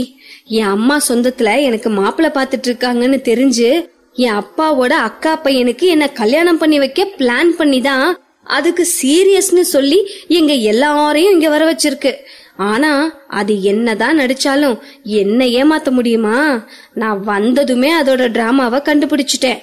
ஆனா நான் சொன்னா இங்க யார் நம்புறாங்க?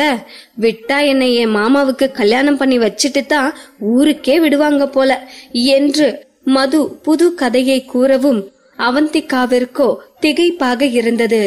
என்ன மது சொல்ற? உனக்கு கல்யாணமா? இப்போ என்ன பண்ண போற என்று அதிர்ச்சியோடு கேட்டாள் அவந்திகா. சீச்சி, என்ன கல்யாணம் பண்றதுக்கு இந்த ஊர்ல யாருக்கும் கெப்பாசிட்டி இல்லடி. அதுவும் என் அத்தை பையனுக்கு சுத்தமா இல்ல. அப்படியே அவனை கல்யாணம் பண்ண சொல்லி அந்த கிழவி என்ன கம்பல் பண்ணுச்சுன்னு வை, அவனை கல்யாணம் பண்றதுக்கு பதிலா பக்கத்துல இருக்கிற கிணத்துல கூட குதிச்சிடுவேன்னு நான் ஒரு பெரிய டிராமா பண்ணி எஸ்கேப் ஆகிட மாட்டேன். அது எனக்கு பாட்டினா நான் அதுக்கு பேத்தியாச்சே. என்கிட்ட அது ஆக்டிங் எல்லாம் செல்லாது என்று மது வில்லத்தனத்தோடு பேசவும் அவந்திகா மனதிற்குள்ளேயே சிரித்து கொண்டாள். சரி சரி, எப்படியோ இங்கிருந்து போன மாதிரியே மிஸ் மதுவா திரும்பி வந்தா சரிதான். எதுக்கும் நீ கொஞ்சம் ஜாக்கிரதையாவே டீல் பண்ணு என்று அவந்திகா கூறவும், நான் சொல்ல வேண்டியத நீ சொல்றியா? இதெல்லாம் எனக்கு ஜுஜுபி. ஆனா ஜாக்கிரதையா இருக்க வேண்டியது நீதான். முடிஞ்ச அளவுக்கு நான் சீக்கிரமா வர ட்ரை பண்றேன். நான் இங்க வந்த விஷயத்த உனக்கு சொல்லலான்னு நேத்துல இருந்து ட்ரை பண்ணேன். ஆனா டவரே கிடைக்கல. சரியான வர பட்டிக்காட்டுல வந்து மாட்டிக்கிட்டேன்டி. இப்பத்தான் சுதாக்கு கால் பண்ணி லீவ் சொல்லலான்னு பேசினா அவ நடந்த விஷயத்த சொன்னா. அதான் மனசு தாங்காம உனக்கு கால் பண்ணேன். மறுபடியும் சொல்றேன் அவந்திகா, கேர்ஃபுல்லா இரு, டேக் கேர் என்று கூறிவிட்டு மது போனை வைக்கவும் அவந்திகாவிற்கோ கொஞ்சம் ஆறுதலாக இருந்தது. மது பேசுவதை வைத்து பார்த்தால் அவளுக்கே அங்கு நெருக்கடியான சூழ்நிலைதான் நிலவிக் கொண்டிருக்கிறது என்பது தெளிவாக தெரிகிறது. ஆனால் அதையெல்லாம் சீரியஸாக எடுத்துக்கொள்ளாமல் அவந்திகாவிற்கு நடந்த அநியாயத்தை நினைத்து பதறி துடிக்கிறாளே. இப்படி ஒரு நட்பு கிடைக்க அவந்திகா கொடுத்துத்தானே வைத்திருக்க வேண்டும். அதுவரை அவந்திகாவின் மனதில் அழுத்திக் கொண்டிருந்த மனபாரம் எல்லாம் கொஞ்சம் குறைந்து மனம் லேசானது போல உணர்ந்தாள். புது தெம்பு கிடைத்ததை போல உணர்ந்தவளுக்கு திடீரென்று ராஜனின் நினைவு வந்தது. ராஜனும் மதுவை போலத்தான். அவந்திகா வருத்தத்தோடு இருக்கும் போதெல்லாம் எப்படியோ அதை கண்டுபிடித்து எதையாவது பேசி அவள் மனதை லேசாக்கி விடுவான். அப்படித்தான் ஒரு முறை அவந்திகா வருத்தமாக இருக்க ராஜனிடமிருந்து மெசேஜ் வந்தது. என்ன அவந்திகா, என்னாச்சு, எதுக்கு சோகமா இருக்க என்று ராஜன் கேட்டதும் அவந்திகாவிற்கோ ஆச்சரியமாக இருந்தது. நான் சோகமா இருக்கேன்னு உனக்கு எப்படி தெரியும் ராஜன்? நீ என்ன இங்க கேமரா வச்சு என்ன வாட்ச் பண்ணிட்டு இருக்கியா என்று அவந்திகா திகைப்போடு கேட்கவும் ராஜனிடமிருந்து சிரிக்கும் ஸ்டிக்கர் பதிலாக வந்தது. அதெல்லாம் எனக்கு எப்படியோ தெரியும். இப்போ உனக்கு என்ன பிரச்சனை? உன் சோகத்துக்கான ரீசன் என்னன்னு சொல்லு என்று ராஜன் கேட்கவும் அவந்திகா கடகடவென்று அவளின் பிரச்சனையை மெசேஜாக டைப் செய்து அனுப்பியிருந்தாள். என்னன்னு சொல்ல, எனக்கு எல்லாமே பிரச்சனையாத்தான் இருக்கு ராஜன். என் அம்மா என்ன கேம் விளையாட கூடாதுன்னு சொல்லிட்டாங்க. இந்த செமஸ்டர்ல நான் நல்ல பர்சன்டேஜ் எடுத்தா மட்டும்தான் என்ன கேம் விளையாட விடுவாங்களாம் என்று அவந்திகா சோகமாக இருப்பது போல் ஸ்டிக்கரை அனுப்பவும் ராஜனோ இதுக்குத்தான் இவ்ளோ சோகமா? அதுக்கு என்ன, நல்லா படிச்சு நல்ல மார்க் எடு, அப்புறம் என்ன அம்மாவோட பெர்மிஷனோட கேம் விளையாடலாம் என்று அசால்ட்டாக பதில் அனுப்பினான். என்ன ராஜன், விளையாடுறியா? இந்த செம் சப்ஜெக்ட்லாம் டஃப்பா இருக்கு. இதுல எங்க நான் நல்ல பர்சன்டேஜ் வாங்குறது? அதெல்லாம் ரொம்ப கஷ்டம் என்று அவந்திகா சினுங்கிக் கொண்டே மெசேஜ் செய்ய ராஜனோ 10 இலக்க எண்ணை பதிலாக அனுப்பியிருந்தான். இதென்ன, என்ன நம்பர்ஸ் இது என்று அவந்திகா கேட்கவும், லூசு, சரியான மக்கா இருக்க, இது என்னோட நம்பர். உனக்கு சப்ஜெக்ட்ல டவுட் வரும்போது இந்த நம்பருக்கு கால் பண்ணு, நான் உனக்கு ஹெல்ப் பண்றேன் என்று ராஜன் மெசேஜ் செய்யவும் அவந்திகாவிற்கு வானத்தில் ரெக்கை கட்டி பறப்பது போல இருந்தது. அதுவரை வெறும் ஆன்லைனில் இருந்த அவர்களின் உறவு போன் வரை வந்தது. அவளுக்கு பெரும் நம்பிக்கையை கொடுத்தது. அதற்கு பிறகு என்ன, அவ்வப்போது ராஜனுக்கு கால் செய்து டவுட் என்னும் பெயரில் அவனோடு பேசிக் கொண்டிருப்பாள். ஆனால் அதற்கு பிறகு வந்த மாடல் எக்ஸாமிலும் அவந்திகா நல்ல மார்க் எடுக்காததால் அவளுக்கு போன் யூஸ் பண்ண கூட அவள் வீட்டில் தடை விதிக்கப்பட்டது. அதற்கு பிறகு அவந்திகாவால் ராஜனை பெரிதாக கான்டாக்ட் செய்யவே முடியாமல் போய்விட்டது. திரும்ப அவனோடு பேசும்போது நேரில் சந்திக்கும் முடிவை இருவருமாக எடுத்திருந்தனர். ஆனால் அவர்கள் நேரில் பார்க்கலாம் என்று முடிவு செய்த நாளில் கூட ராஜன் அவந்திகாவை பார்க்க வந்திருக்கவில்லை. அதற்கு பிறகு அவன் நம்பருக்கு கால் செய்தால் வேறு யாரோ போனை எடுத்து ராங் நம்பர் என்று கூறிவிட்டு வைத்தனர். அந்த நம்பருக்கு திரும்ப திரும்ப கால் செய்தவளுக்கு திட்டு மட்டும்தான் பலனாக கிடைத்தது. ராஜனின் துரோகம் அவந்திகாவிற்கு நினைவுக்கு வரவும் லேசாக இருந்த அவளின் மனம் மீண்டும் ரணமாக வலிக்க ஆரம்பித்தது. ஏன் ராஜன் இப்படி ஒரு துரோகத்தை எனக்கு பண்ணின? உன்னை எவ்வளவு நம்புன, ஆனா என்ன நம்ப வச்சு ஏமாத்திட்டு போயிட்டியே. இன்னைக்கு பாரு, எவனோ என்ன நடு ஆபீஸ்ல நிக்க வச்சு அடிச்சு அவமானப்படுத்துறான். காலத்துக்கும் எனக்கு பாதுகாப்பா நிப்பேன்னு சொன்னியே, அதெல்லாம் பொய்ன்னு இப்ப கூட என்னால நம்ப முடியல. இவ்ளோ பெரிய அவமானம் எனக்கு நடந்திருக்கு. நீ என்ன உண்மையா காதலிச்சிருந்தேன்னா இப்படி ஒரு நிலைமைய எனக்கு வர விட்டுருப்பியா? இல்ல இப்படி ஒரு அவமானம் எனக்கு நடந்த பிறகும் சும்மா வேடிக்கை தான் பாத்துட்டு இருப்பியா? இதெல்லாம் உனக்கு எங்க தெரிய போகுது? இந்நேரம் என் பேர் கூட உனக்கு ஞாபகம் இருக்குமான்றதே சந்தேகம்தான்.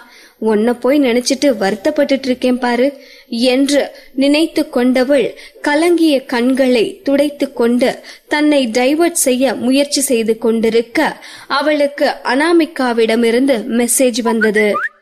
அவந்திகா, நியூஸ் பாத்தியா? சீக்கிரம் நியூஸ் பாரு என்று அனாமிகா அவசரமாக மெசேஜ் அனுப்பவும் அவந்திகா வேக வேகமாக நியூஸ் பேஜை ஓபன் செய்து பார்த்தாள். அந்த நியூஸை பார்த்த அவந்திகாவின் கண்கள் திகைப்பில் விரிந்திருந்தது. அதிர்ச்சியிலும் ஆச்சரியத்திலும் வாயடைத்து போய் அமர்ந்திருந்தாள். இப்பொழுதுதான் தனக்கு நடந்த அநியாயத்திற்கு நியாயம் கேட்க யாரும் இல்லை என்று புலம்பிக் கொண்டிருந்தாள். ஆனால் அடுத்த நொடியே இப்படி ஒரு நியூஸ் வந்து அவளை பரவசத்தில் திண்டாட வைத்தது. கடவுள் இருக்கான் என்று நினைத்து கொண்டவள் கடவுளுக்கு நன்றி சொன்னாள். எல்லா நேரமும் வேதனை மட்டுமே கொடுக்க கடவுள் யாருக்கும் விரோதி இல்லையே. அவரவர் பாவ புண்ணியத்திற்கான பலனை அவரவர் அனுபவிப்பதுதானே நியாயமும் கூட. பாகம் 75. பிரஸ் கான்பரன்ஸிற்கு அனைவரும் தயாராகி கொண்டிருக்க அதிரடியாக அங்கு அரவிந்த் வந்து சேர்ந்தான். அரவிந்த் வருவதை பார்த்த அங்கிருந்தவர்கள் விழிகள் விரிய ஆச்சரியத்தோடு அரவிந்தை பார்த்து கொண்டிருந்தனர்.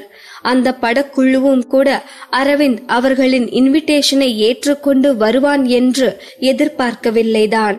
பொதுவாக அவ்வளவு சீக்கிரத்தில் எந்த நிகழ்ச்சிகளிலும் கலந்து கொள்ளாத அரவிந்த் இப்படி ஒரு சாதாரண படத்திற்கான பிரஸ் கான்பரன்ஸ்க்கு வந்திருப்பது பெரிய விஷயமாகத்தான் எல்லோருக்கும் தெரிந்தது. அரவிந்த் வந்ததும் படக்குழுவினர் மிகுந்த மரியாதையோடு அரவிந்தை வரவேற்றனர். ஆனால் அரவிந்தோ பதிலுக்கு ஒரு வார்த்தை கூட பேசவில்லை. அவன் வந்ததே பெரிய விஷயம் என்று நினைத்த படக்குழுவினர் அவன் வந்த சந்தோஷத்தில் பிரஸ்ஸிடம் அந்த படத்தை பற்றி பேசிக் கொண்டிருந்தனர். அரவிந்தின் பார்வையெல்லாம் அந்த பிரஸ் கான்பரன்ஸ்க்கு வந்திருந்த ரோஹித் மீதுதான் இருந்தது. சொல்ல போனால் ரோஹித் அங்கு வருவான் என்று எதிர்பார்த்துதான் அரவிந்தே அங்கு வந்திருந்தான். அரவிந்த் நினைத்த மாதிரி ரோஹித்தும் அங்கு வந்திருக்க அரவிந்த் காட்டமாக ரோஹித்தை முறைத்து பார்த்து கொண்டிருந்தான். அரவிந்தின் கோபமான முகபாவனையால் மீடியா ஆட்கள் உட்பட அரவிந்திடம் யாரும் எந்த கேள்வியும் கேட்டுக்கொண்டிருக்கவில்லை. அவன் அருகில் போகவே பயந்து கொண்டு அவனை பார்ப்பதை கூட தவிர்த்து கொண்டிருந்தனர். ஒரு பக்கம் அரவிந்த் இப்படி திடுதிப்பென்று சர்ப்ரைஸாக வந்திருக்க ரோஹித்தோ அழையாத விருந்தாளியாகத்தான் அங்கு நின்று கொண்டிருந்தான். படக்குழுவினர் நேரடியாக அவனை இன்வைட் செய்திருக்கவில்லை. அவனுக்கு யார் மூலமாவோ கிடைத்த இன்விடேஷனின் காப்பியை வைத்துக் கொண்டுதான் அவன் பிரஸ் கான்பரன்ஸுக்கு வந்திருந்தான். பின் என்ன, ரோஹித் செய்த வேலைக்கு அவனை வெத்தலை பாக்கு வைத்து அழைக்கவா முடியும்? இண்டஸ்ட்ரியில் அவனின் பேர் கெட்டு ரொம்ப நாட்கள் ஆகியிருந்தது. அவன் கமிட் ஆகியிருந்த படங்கள் கூட அவன் கையை விட்டு போயிருந்தது. அவனோடு அக்ரிமெண்டில் இருந்த விளம்பர கம்பெனிகள் கூட அவன் மார்க்கெட் போனதை அறிந்து தெரித்து ஓடியிருந்தனர். இப்படி ஒரு சூழ்நிலையில் அவனை அந்த பிரஸ் கான்பரன்ஸுக்கு அழைத்தால் அது அந்த படத்திற்கு நெகட்டிவ் இமேஜ் கொடுத்துவிடும் என்பது ப்ரொடியூசருக்கு தெரியாதா என்ன? அதுவும் அந்த படத்தில் ரோஹித் சப்போர்ட்டிங் ரோலில் தான் நடித்திருந்தான். அதனால் அவனை எல்லாம் அவர்கள் ஒரு ஆளாக கூட மதிக்கவில்லை. அப்படி இருந்தும் எல்லாம் தெரிந்திருந்தும் கூட ரோஹித் அந்த கான்பரன்ஸுக்கு வந்திருப்பதை பார்த்த மீடியாக்காரர்களுக்கு ஆச்சரியமாகத்தான் இருந்தது. எலியும் பூனையுமாக இருப்பவர்கள் ஒரே இடத்தில் அசெம்பிள் ஆகினால் அது புயலுக்கு முந்தைய சமிக்கையாகத்தான் இருக்கும் என்பது மீடியாவுக்கு தெரியாதா என்ன? நிச்சயம் ஒரு பெரிய நியூஸ் இன்றைக்கு கிடைக்க போகிறது என்று கண்ணில் விளக்கெண்ணெயை விட்டு கொண்டு அலர்ட்டாக காத்து கொண்டிருந்தார்கள். ஒரு வழியாக பிரஸ் கான்பரன்ஸ் முடிந்து பார்ட்டி ஆரம்பித்திருந்தது. அரவிந்தோ ஒரு மூலையில் கூல்ட்ரிங்க்ஸை வைத்துக் கொண்டு ரோஹித்தை முறைத்து பார்த்து கொண்டிருக்க, இப்படியே பார்த்துட்டே இருந்தா எப்படி? சீக்கிரம் ஆக்ஷன்ல இறங்குங்க பாஸ் என்று கேமராமேன்களோ மனதில் நினைத்து கொண்டு ஆர்வத்தோடு அரவிந்தை வெறித்து பார்த்து கொண்டிருந்தனர். அங்கு நடப்பதை எல்லாம் பீதியோடு பார்த்து கொண்டிருந்த சம்பத்தோ மெதுவாக அரவிந்த் அருகில் சென்று, சார், என்ன பண்ண போறீங்க? உங்க பிளான் தான் என்ன? எதுவா இருந்தாலும் முன்கூட்டியே எனக்கு சொல்லிடுங்க சார். நான் கொஞ்சம் மைண்ட் அளவுல ப்ரிப்பேர் ஆகிக்கிறேன். நீங்க இந்த கான்பரன்ஸ்க்கு போலான்னு சொல்லும் போதே நினைச்சேன் உங்க மனசுல ஏதோ பிளான் இருக்குன்னு. அதுக்கு தகுந்த மாதிரி இந்த ரோஹித் வேற இங்க சுத்திட்டு இருக்கான். எதுவும் அவசரப்பட்டு பண்ணிடாதீங்க சார், நம்மள சுத்தி மீடியா ஆட்கள் இருக்காங்க என்று சம்பத் அரவிந்தை உஷார்படுத்தும் நோக்கத்தில் கூறிக்கொண்டிருக்க, அரவிந்தோ அதையெல்லாம் சட்டை செய்வதாகவே தெரியவில்லை.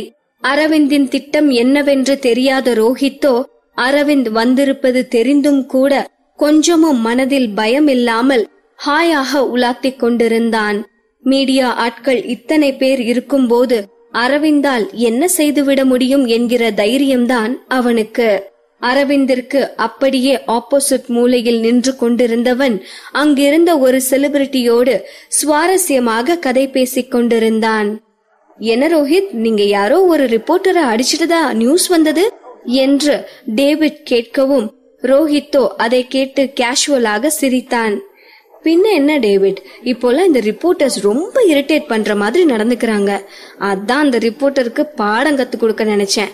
ஆனா நான் அந்த நியூஸ் ஆபீஸ்க்கு போனதும் அங்க இருந்தவங்களோட முகத்தை பார்க்கணுமே, அப்படி ஒரு ஷாக். எல்லாம் பயந்து போய் நின்னுட்டு இருந்தாங்க என்று கூறியவன் பலமாக சிரித்தான். என்ன ரோஹித், இவ்ளோ ஈஸியா சொல்றீங்க? நியூஸ் ஆபீஸ்க்கு போய் ரிப்போர்ட்டரையே அடிச்சுட்டு வந்திருக்கீங்க. அவங்க இத சும்மா விட மாட்டாங்களே. மீடியாவை பத்தி உங்களுக்கு தெரியாதா என்று டேவிட் யோசனையோடு கேட்கவும் அதற்கு ரோஹித் கேலியாக சிரித்தான். என்ன பண்ணுவாங்க? ஏற்கனவே அவங்களால என்ன பண்ண முடியுமோ எல்லாத்தையும் பண்ணிட்டாங்களே. இனி நான் யாருக்காக பயப்படணும், எதுக்காக பயப்படணும்? இதே மாதிரிதான் அரவிந்த் கூட மீடியா ஆள அடிச்சான். அப்போது செல்ஃப் டிஃபென்ஸ்னு சொல்லி அந்த கேஸையே ஒன்னும் இல்லாம பண்ணிட்டான். அப்போ யார் அவனை என்ன கேட்டாங்க? மீடியா ஆட்களே அத பெருசு பண்ணலையே. இதுவும் அப்படித்தான். நான் அந்த ரிப்போர்ட்டரை அடிச்சத பார்த்து பல பேர் உள்ளுக்குள்ள சந்தோஷம்தான் பட்டாங்க என்று கூறிவிட்டு ரோஹித் சிரித்து கொண்டிருக்க கொலை வெறியோடு அவனுக்கு பின்னால் அரவிந்த் வந்து நின்றான். விட்டால் அதற்கு மேலும் ரோஹித் பேசியிருப்பான் தான். ஆனால் அரவிந்த் அங்கு வந்ததை உணர்ந்ததும் அந்த பேச்சை நிறுத்திவிட்டு திரும்பி அரவிந்தை பார்த்தான். அரவிந்தோ ரோஹித்தை பார்த்து குரூரமாக ஒரு சிரிப்பு சிரித்துவிட்டு ரோஹித் எதிர்பார்க்காத நேரத்தில் அவன் முகத்தில் ஒரு பஞ்ச் விட்டான். ரோஹித்தோ ஆ என்று அலறிக்கொண்டு தடுமாறி கீழே விழுந்தான். அதுவரை ரோஹித்தோடு பேசிக் கொண்டிருந்த டேவிடோ நமக்கெதுக்கு வம்பு என்று தடுமாறி விழப்போன ரோஹித்தை தாங்கிக் கூட பிடிக்காமல் அந்த இடத்திலிருந்து எஸ்கேப் ஆகி தூரமாக போய் நின்று கொண்டு அவர்களை வேடிக்கை பார்க்க ஆரம்பித்தான். ரோஹித்தோ அரவிந்த் கொடுத்த பஞ்சில் முழுவதுமாக தடுமாறி போனான். அரவிந்த் கொடுத்த ஒற்றை பஞ்சில் ரோஹித் காதில் இருந்து கொய் என்று சத்தம் வந்தது. உதடு கிழிந்து வாய்க்குள்ளிருந்து வேறு பொலபொலவென்று ரத்தம் கொட்டிக் கொண்டிருந்தது. இப்படி ஒரு பஞ்சை அரவிந்திடமிருந்து ரோஹித் துளியும் எதிர்பார்த்திருக்கவில்லை. மீடியா ஆட்கள் சூழ்ந்திருக்க என்னதான் கோபம் இருந்தாலும் அரவிந்த் இப்படி காட்டுமிராண்டித்தனமாக நடந்து கொள்வான் என்று எதிர்பார்த்திராத ரோஹித்திற்கு அந்த சூழ்நிலையை சுதாரித்துக் கொள்ளவே கொஞ்ச நேரம் பிடித்தது. அங்கு சுற்றி இருந்தவர்களோ மிரட்சியோடு அரவிந்தை பார்த்து கொண்டிருந்தனர். ஆனால் அவர்களில் யாருக்குமே அரவிந்தை தடுத்து நிறுத்தும் தைரியம் இருக்கவில்லை. ரோஹித்தோ அரவிந்த் கொடுத்த அடியால் கதி கலங்கி போன காதை குடைந்து விட்டு கொண்டு எழுந்து நிற்க அடுத்த நொடியே அவனின் மற்றொரு கன்னத்திலும் ஒரு பஞ்ச் விழுந்திருந்தது. முதல் குத்திலேயே ஒட்டுமொத்தமாக ஆடிப்போன ரோஹித் அரவிந்தின் இரண்டாவது குத்தை தாங்க முடியாமல் மீண்டும் தடுமாறி தரையில் விழுந்தான். அரவிந்த் இந்த அளவுக்கு வலிமையானவன் என்று அரவிந்தின் கையில் அடிவாங்கிய பிறகுதான் பாவம் ரோஹித்திற்கே புரிந்தது. ரத்தம் வழியும் முகத்தை பிடித்துக் கொண்டு தரையில் கிடந்தவன் அடிபட்ட வலியில் கத்தினான். இத்தோடு அரவிந்த் விடமாட்டான் என்று உணர்ந்த ரோஹித் அரவிந்தை திருப்பி அடிக்கும் எண்ணத்தில் கைகளை ஊனிக்கொண்டு தரையில் இருந்து எழ முயற்சி செய்து கொண்டிருக்க சம்பத்தோ அரவிந்திடம் ஓடி வந்து, சார் அமைதியா இருங்க, சண்டை வேண்டாம் சார் என்று அரவிந்தின் கைகளை பிடித்து கொண்டு பதற்றத்தோடு கத்தினான். ஆனால் சண்டை வேண்டாம் என்று அரவிந்திடம் சொல்லிக் கொண்டிருந்த சம்பத்தே தவறுதலாக ரோஹித்தின் விரலை அவனின் ஷூ காலால் மிதித்துக் கொண்டிருக்க ரோஹித் வலி பொறுக்காமல் கத்திக்கொண்டே மீண்டும் தரையில் விழுந்தான். சம்பத்திற்கோ அவன் கால் எதையோ மிதித்துக் கொண்டு இருப்பதை உணர்ந்து, என் காலுக்கு கீழே ஏதாவது இருக்கா என்று கேட்டுக்கொண்டே அவன் ஷூ காலால் ரோஹித்தின் கையை மிகுந்த பலத்தோடு தரையில் வைத்து தேய்த்தான். நிச்சயம் இதையெல்லாம் சம்பத் வேண்டுமென்றுதான் செய்து கொண்டிருந்தான் என்பதில் எந்த சந்தேகமும் இருக்கவில்லை. எவ்வளவு மிதிக்க முடியுமோ அவ்வளவு மிதித்துவிட்டு ஒன்றும் தெரியாத அப்பாவி மாதிரி கீழே குனிந்து பார்த்த சம்பத், அச்சச்சோ ரோஹித் சார், இவ்ளோ நேரம் உங்க கையதான் மிதிச்சிட்டு இருந்தேனா? தெரியாம மிதிச்சிட்டேன், சாரி என்று ஏதோ தெரியாமல் நடந்துவிட்டது என்பது போல பேசினான். ரோஹித்தோ நிமிர்ந்து கோபமாக அரவிந்தையும் சம்பத்தையும் முறைத்து பார்த்தான். அங்கிருந்த அத்தனை பேருக்குமே தெரியும் அரவிந்த் கராத்தே, சிலம்பம் என்று சண்டை பயிற்சியில் கை தேர்ந்தவன் என்பது. அது மட்டும் இல்லாமல் அரவிந்த் கராத்தேவில் பிளாக் பெல்ட் வேறு வாங்கியிருக்கிறான். அப்படி இருக்க அரவிந்தை ஒற்றை ஆளாக எதிர்க்க ரோஹித்தால் முடியாதே. இத்தனையும் தெரிந்தும் கூட அங்கிருந்தவர்கள் யாரும் அரவிந்தை எதிர்த்து கொண்டு ரோஹித்திற்கு உதவ முன்வராத போது தனியாக தன்னால் எதுவும் செய்ய முடியாது என்று உணர்ந்த ரோஹித் மெதுவாக எழுந்து நின்று அவன் வாயில் இருந்து வழியும் ரத்தத்தை துடைத்துக் கொண்டே, எதுக்கு என்ன அடிச்ச என்று அரவிந்தை பார்த்து காட்டமாக கத்தினான். ஆனால் அரவிந்தோ, உன் ஃபேஸ பார்த்தாலே கடுப்பாகுது அதான் என்று சர்வ சாதாரணமாக கூறிவிட்டு அங்கிருந்து கிளம்பினான். அரவிந்தின் பின்னால் ஓடிய சம்பத்தோ, சார் உங்களுக்கு யாரையாவது அடிக்கணும்னு தோணுச்சுன்னா என்கிட்ட சொல்லுங்க, நான் பாத்துக்கிறேன். அதை விட்டுட்டு எதுக்கு நீங்களே நேரடியா களத்துல இறங்குறீங்க? இந்நேரம் அந்த ரோஹித்தை அடிக்க போறதை என்கிட்ட முன்னாடியே சொல்லியிருந்தீங்கன்னா என் ஷூல ஷார்ப்பா ஒரு ஆணிய பிக்ஸ் பண்ணி அந்த ஆணி ஷூவாலேயே அவன் கைய மிதிச்சு உடைச்சிருப்பேன். ஆனா நீங்க தான் அந்த சான்ஸை எனக்கு கொடுக்கல என்று சம்பத் ஏதோ கை தேர்ந்த அடியாள் மாதிரி பேசிக் கொண்டிருக்க அரவிந்தின் மனமோ தீவிரமாக யோசிக்க ஆரம்பித்தது. சம்பத் சொன்னது போல இந்த ரோஹித்தை ஆளை வைத்து காலி செய்வது ஒன்றும் அரவிந்திற்கு பெரிய விஷயம் இல்லைதான். இருந்தாலும் இப்படி பப்ளிக்கில் வைத்து அவனை தன் கையாலேயே பழி தீர்க்க வேண்டும் என்கிற உந்துதல் தனக்குள் எதற்கு வந்தது என்று அரவிந்தின் மனம் கேள்வி கேட்டுக் கொண்டிருக்க அதற்கு அவனின் மனமே ஒரு பதிலும் கூறிக்கொண்டது. Because நீதான அவந்திகாவோட lover? இல்ல, இப்ப நீ அவந்திகாவோட ஹஸ்பண்ட்.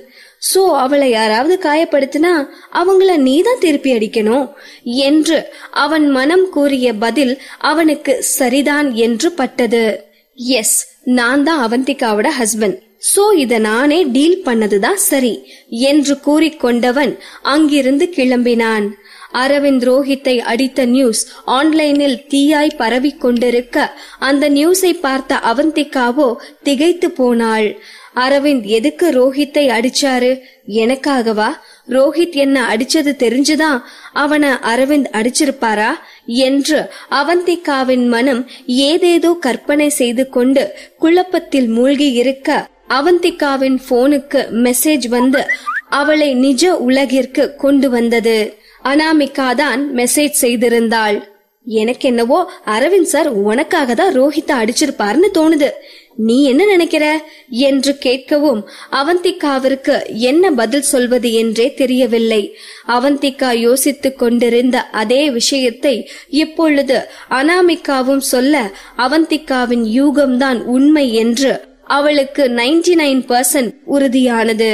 ரோஹித் அவந்திகாவை அடித்தது போல அதே மாதிரி அவனின் இரு கன்னத்திலும் அரவிந்த் பஞ்ச் விட்டிருக்கிறான் என்றால் அது நிச்சயம் அவந்திகாவிற்காகத்தானே இருக்கும். அதை நினைக்கும் போதே அவந்திகாவின் உடல் சிலிர்த்து போனது. சார், எனக்காக தான் ரோஹித் அடிச்சீங்களா? ரோஹித் என்ன 2 முறை அடிச்சான். அதே மாதிரி நீங்களும் ரோஹித் கன்னத்துல 2 முறை குத்தி இருக்கீங்க. இத என்னன்னு நான் நினைக்கிறது? இப்படித்தான் அந்த ராஜனும் கேம்ல எனக்காக என்னை எதிர்த்தவங்க கூட எல்லாம் போய் சண்டை போடுவான். அவங்க எத்தனை முறை என்ன தோக்கடிச்சாங்களோ அத்தனை முறை அவங்கள தோக்கடிப்பான். அதே மாதிரி இன்னைக்கு ரோஹித் விஷயத்துல நீங்க பண்ணிருக்கீங்க. சொல்ல போனா நீங்களும் ராஜனும் ஒரே மாதிரி தான் எனக்காக சண்டை போடுறீங்க. அன்னைக்கு ராஜன் என்ன விட்டுட்டு போயிட்டான். அப்போ நீங்களும் என்ன விட்டுட்டு போயிடுவீங்களா சார் என்று அவந்திகாவின் மனம் ஏதேதோ நினைத்து பதறிக் கொண்டிருக்க அவந்திகா உட்கார்ந்த வாக்கிலேயே தூங்கியிருந்தாள். குழப்பத்தோடும் வேதனையோடும் தூங்கிக் கொண்டிருக்கும் அவந்திகாவை மேலும் குழப்புவதற்கெனவே கனவு வந்தது. ராஜன் அவந்திகாவிற்கு முன்னால் ஓடிக்கொண்டிருக்க அவந்திகா ராஜனை துரத்தி கொண்டு பின்னால் ஓடிக்கொண்டிருந்தாள். ராஜன், ஓடாத, நில்லு, நானும் வரேன், ஓடாத ராஜன் என்று கத்திக்கொண்டே ராஜனின் பின்னால் அவந்திகா ஓடிக்கொண்டிருக்க ஓடிக்கொண்டிருந்த ராஜன் திடீரென்று திரும்பி நின்று அவந்திகாவை பார்த்தான். அவனை பார்த்த அவந்திகாவின் கண்களோ திகைப்பில் விரிந்தது. காரணம், அவந்திகாவை திரும்பி பார்த்தது ராஜன் இல்லை, அரவிந்த். அரவிந்த் சார், நீங்க எப்படி இங்க? என்று அவந்திகா அதிர்ச்சியில் கேட்டுக்கொண்டிருக்க, அரவிந்தோ அர்த்தத்தோடு அவந்திகாவை பார்த்து சிரிக்க ஆரம்பித்தான். கனவாக இருந்தாலும் அவந்திகாவின் மனம் நிஜம் என்று நினைத்து அரவிந்தை வியப்போடு பார்த்து கொண்டிருந்தது. இன்னுமா உனக்கு புரியல?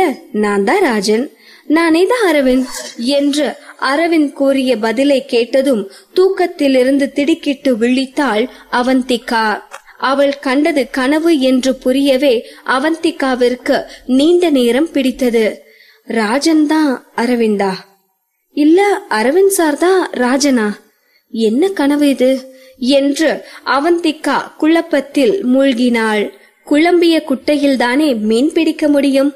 இப்பொழுது அவந்திகா மனம் குழம்ப ஆரம்பித்து விட்டது. இனி அதிலிருந்து அவந்திகா எப்பொழுது அரவிந்த் என்னும் மீனை பிடிக்கப் போகிறாள் என்பது குட்டையை குழப்பியவனுக்கே வெளிச்சம்.